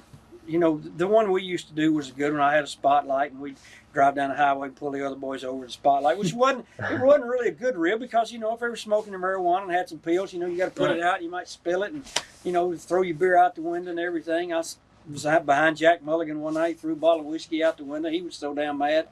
He thought it was the cops. It was me. He threw his whiskey away. So that was a bad rib. It destroyed somebody's property. Right. Do you still keep up with the business today? Do you watch TV on? No, I don't watch it on TV. There's just nothing interests me because WWF it's the five guys: Undertaker, Rocky, Mankind, and Stone Cold. They're with Angle now being a little bit involved, but you got the five guys that's always against each other all the time. You got the total underneath guys that's killing themselves trying to be the top guys, and none of them look that good. None of them have bodies on them or not big.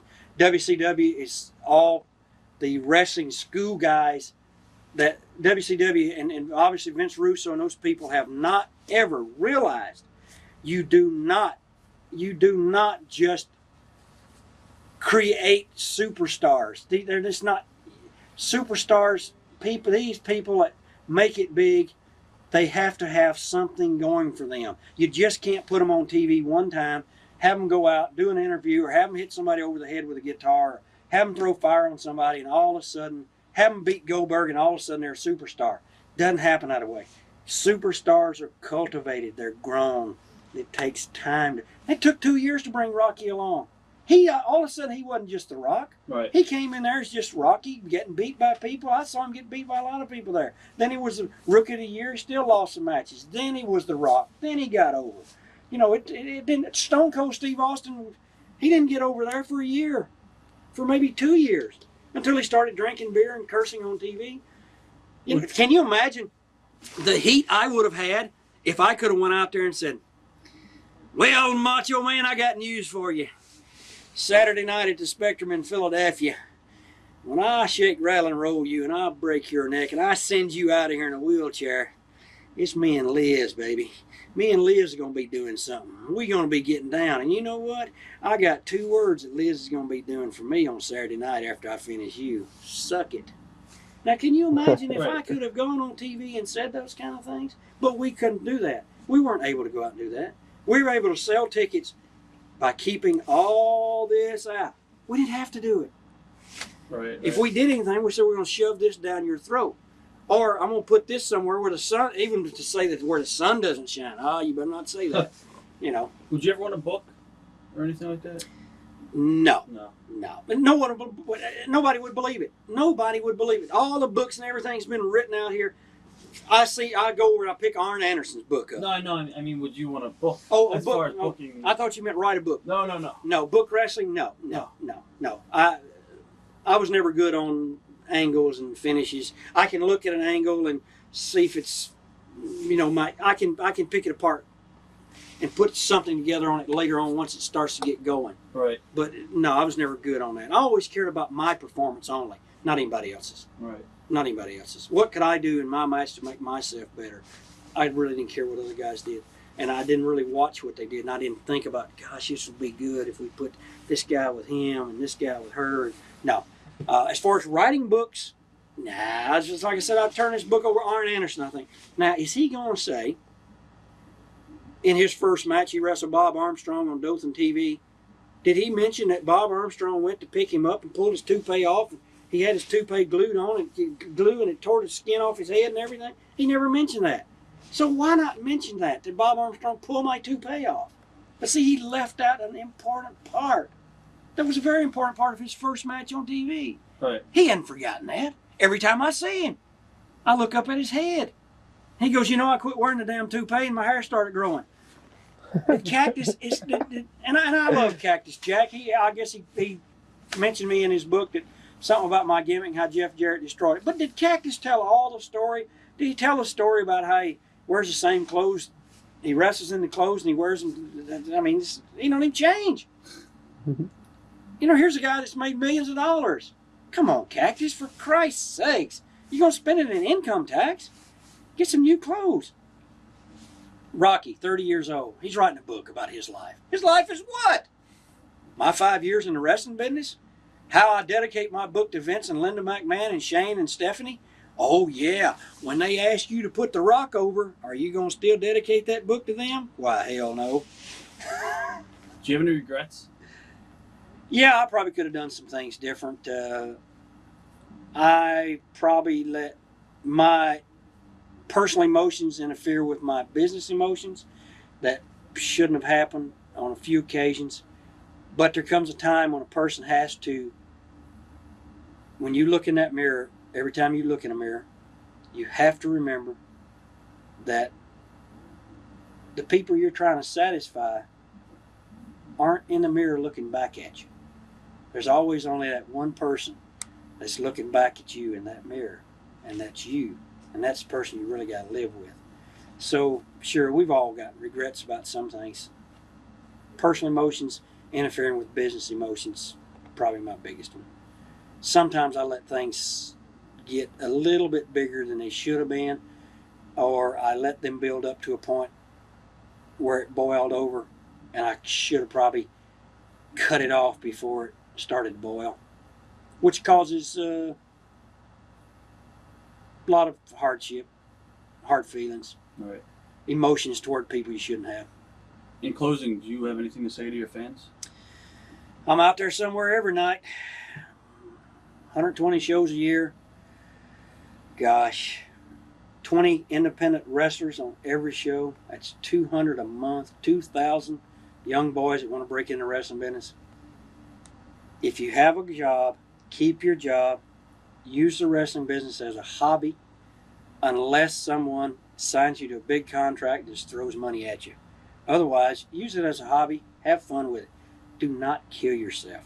This business is supposed to be fun. It's fake. It's phony. You shouldn't be out there killing yourself.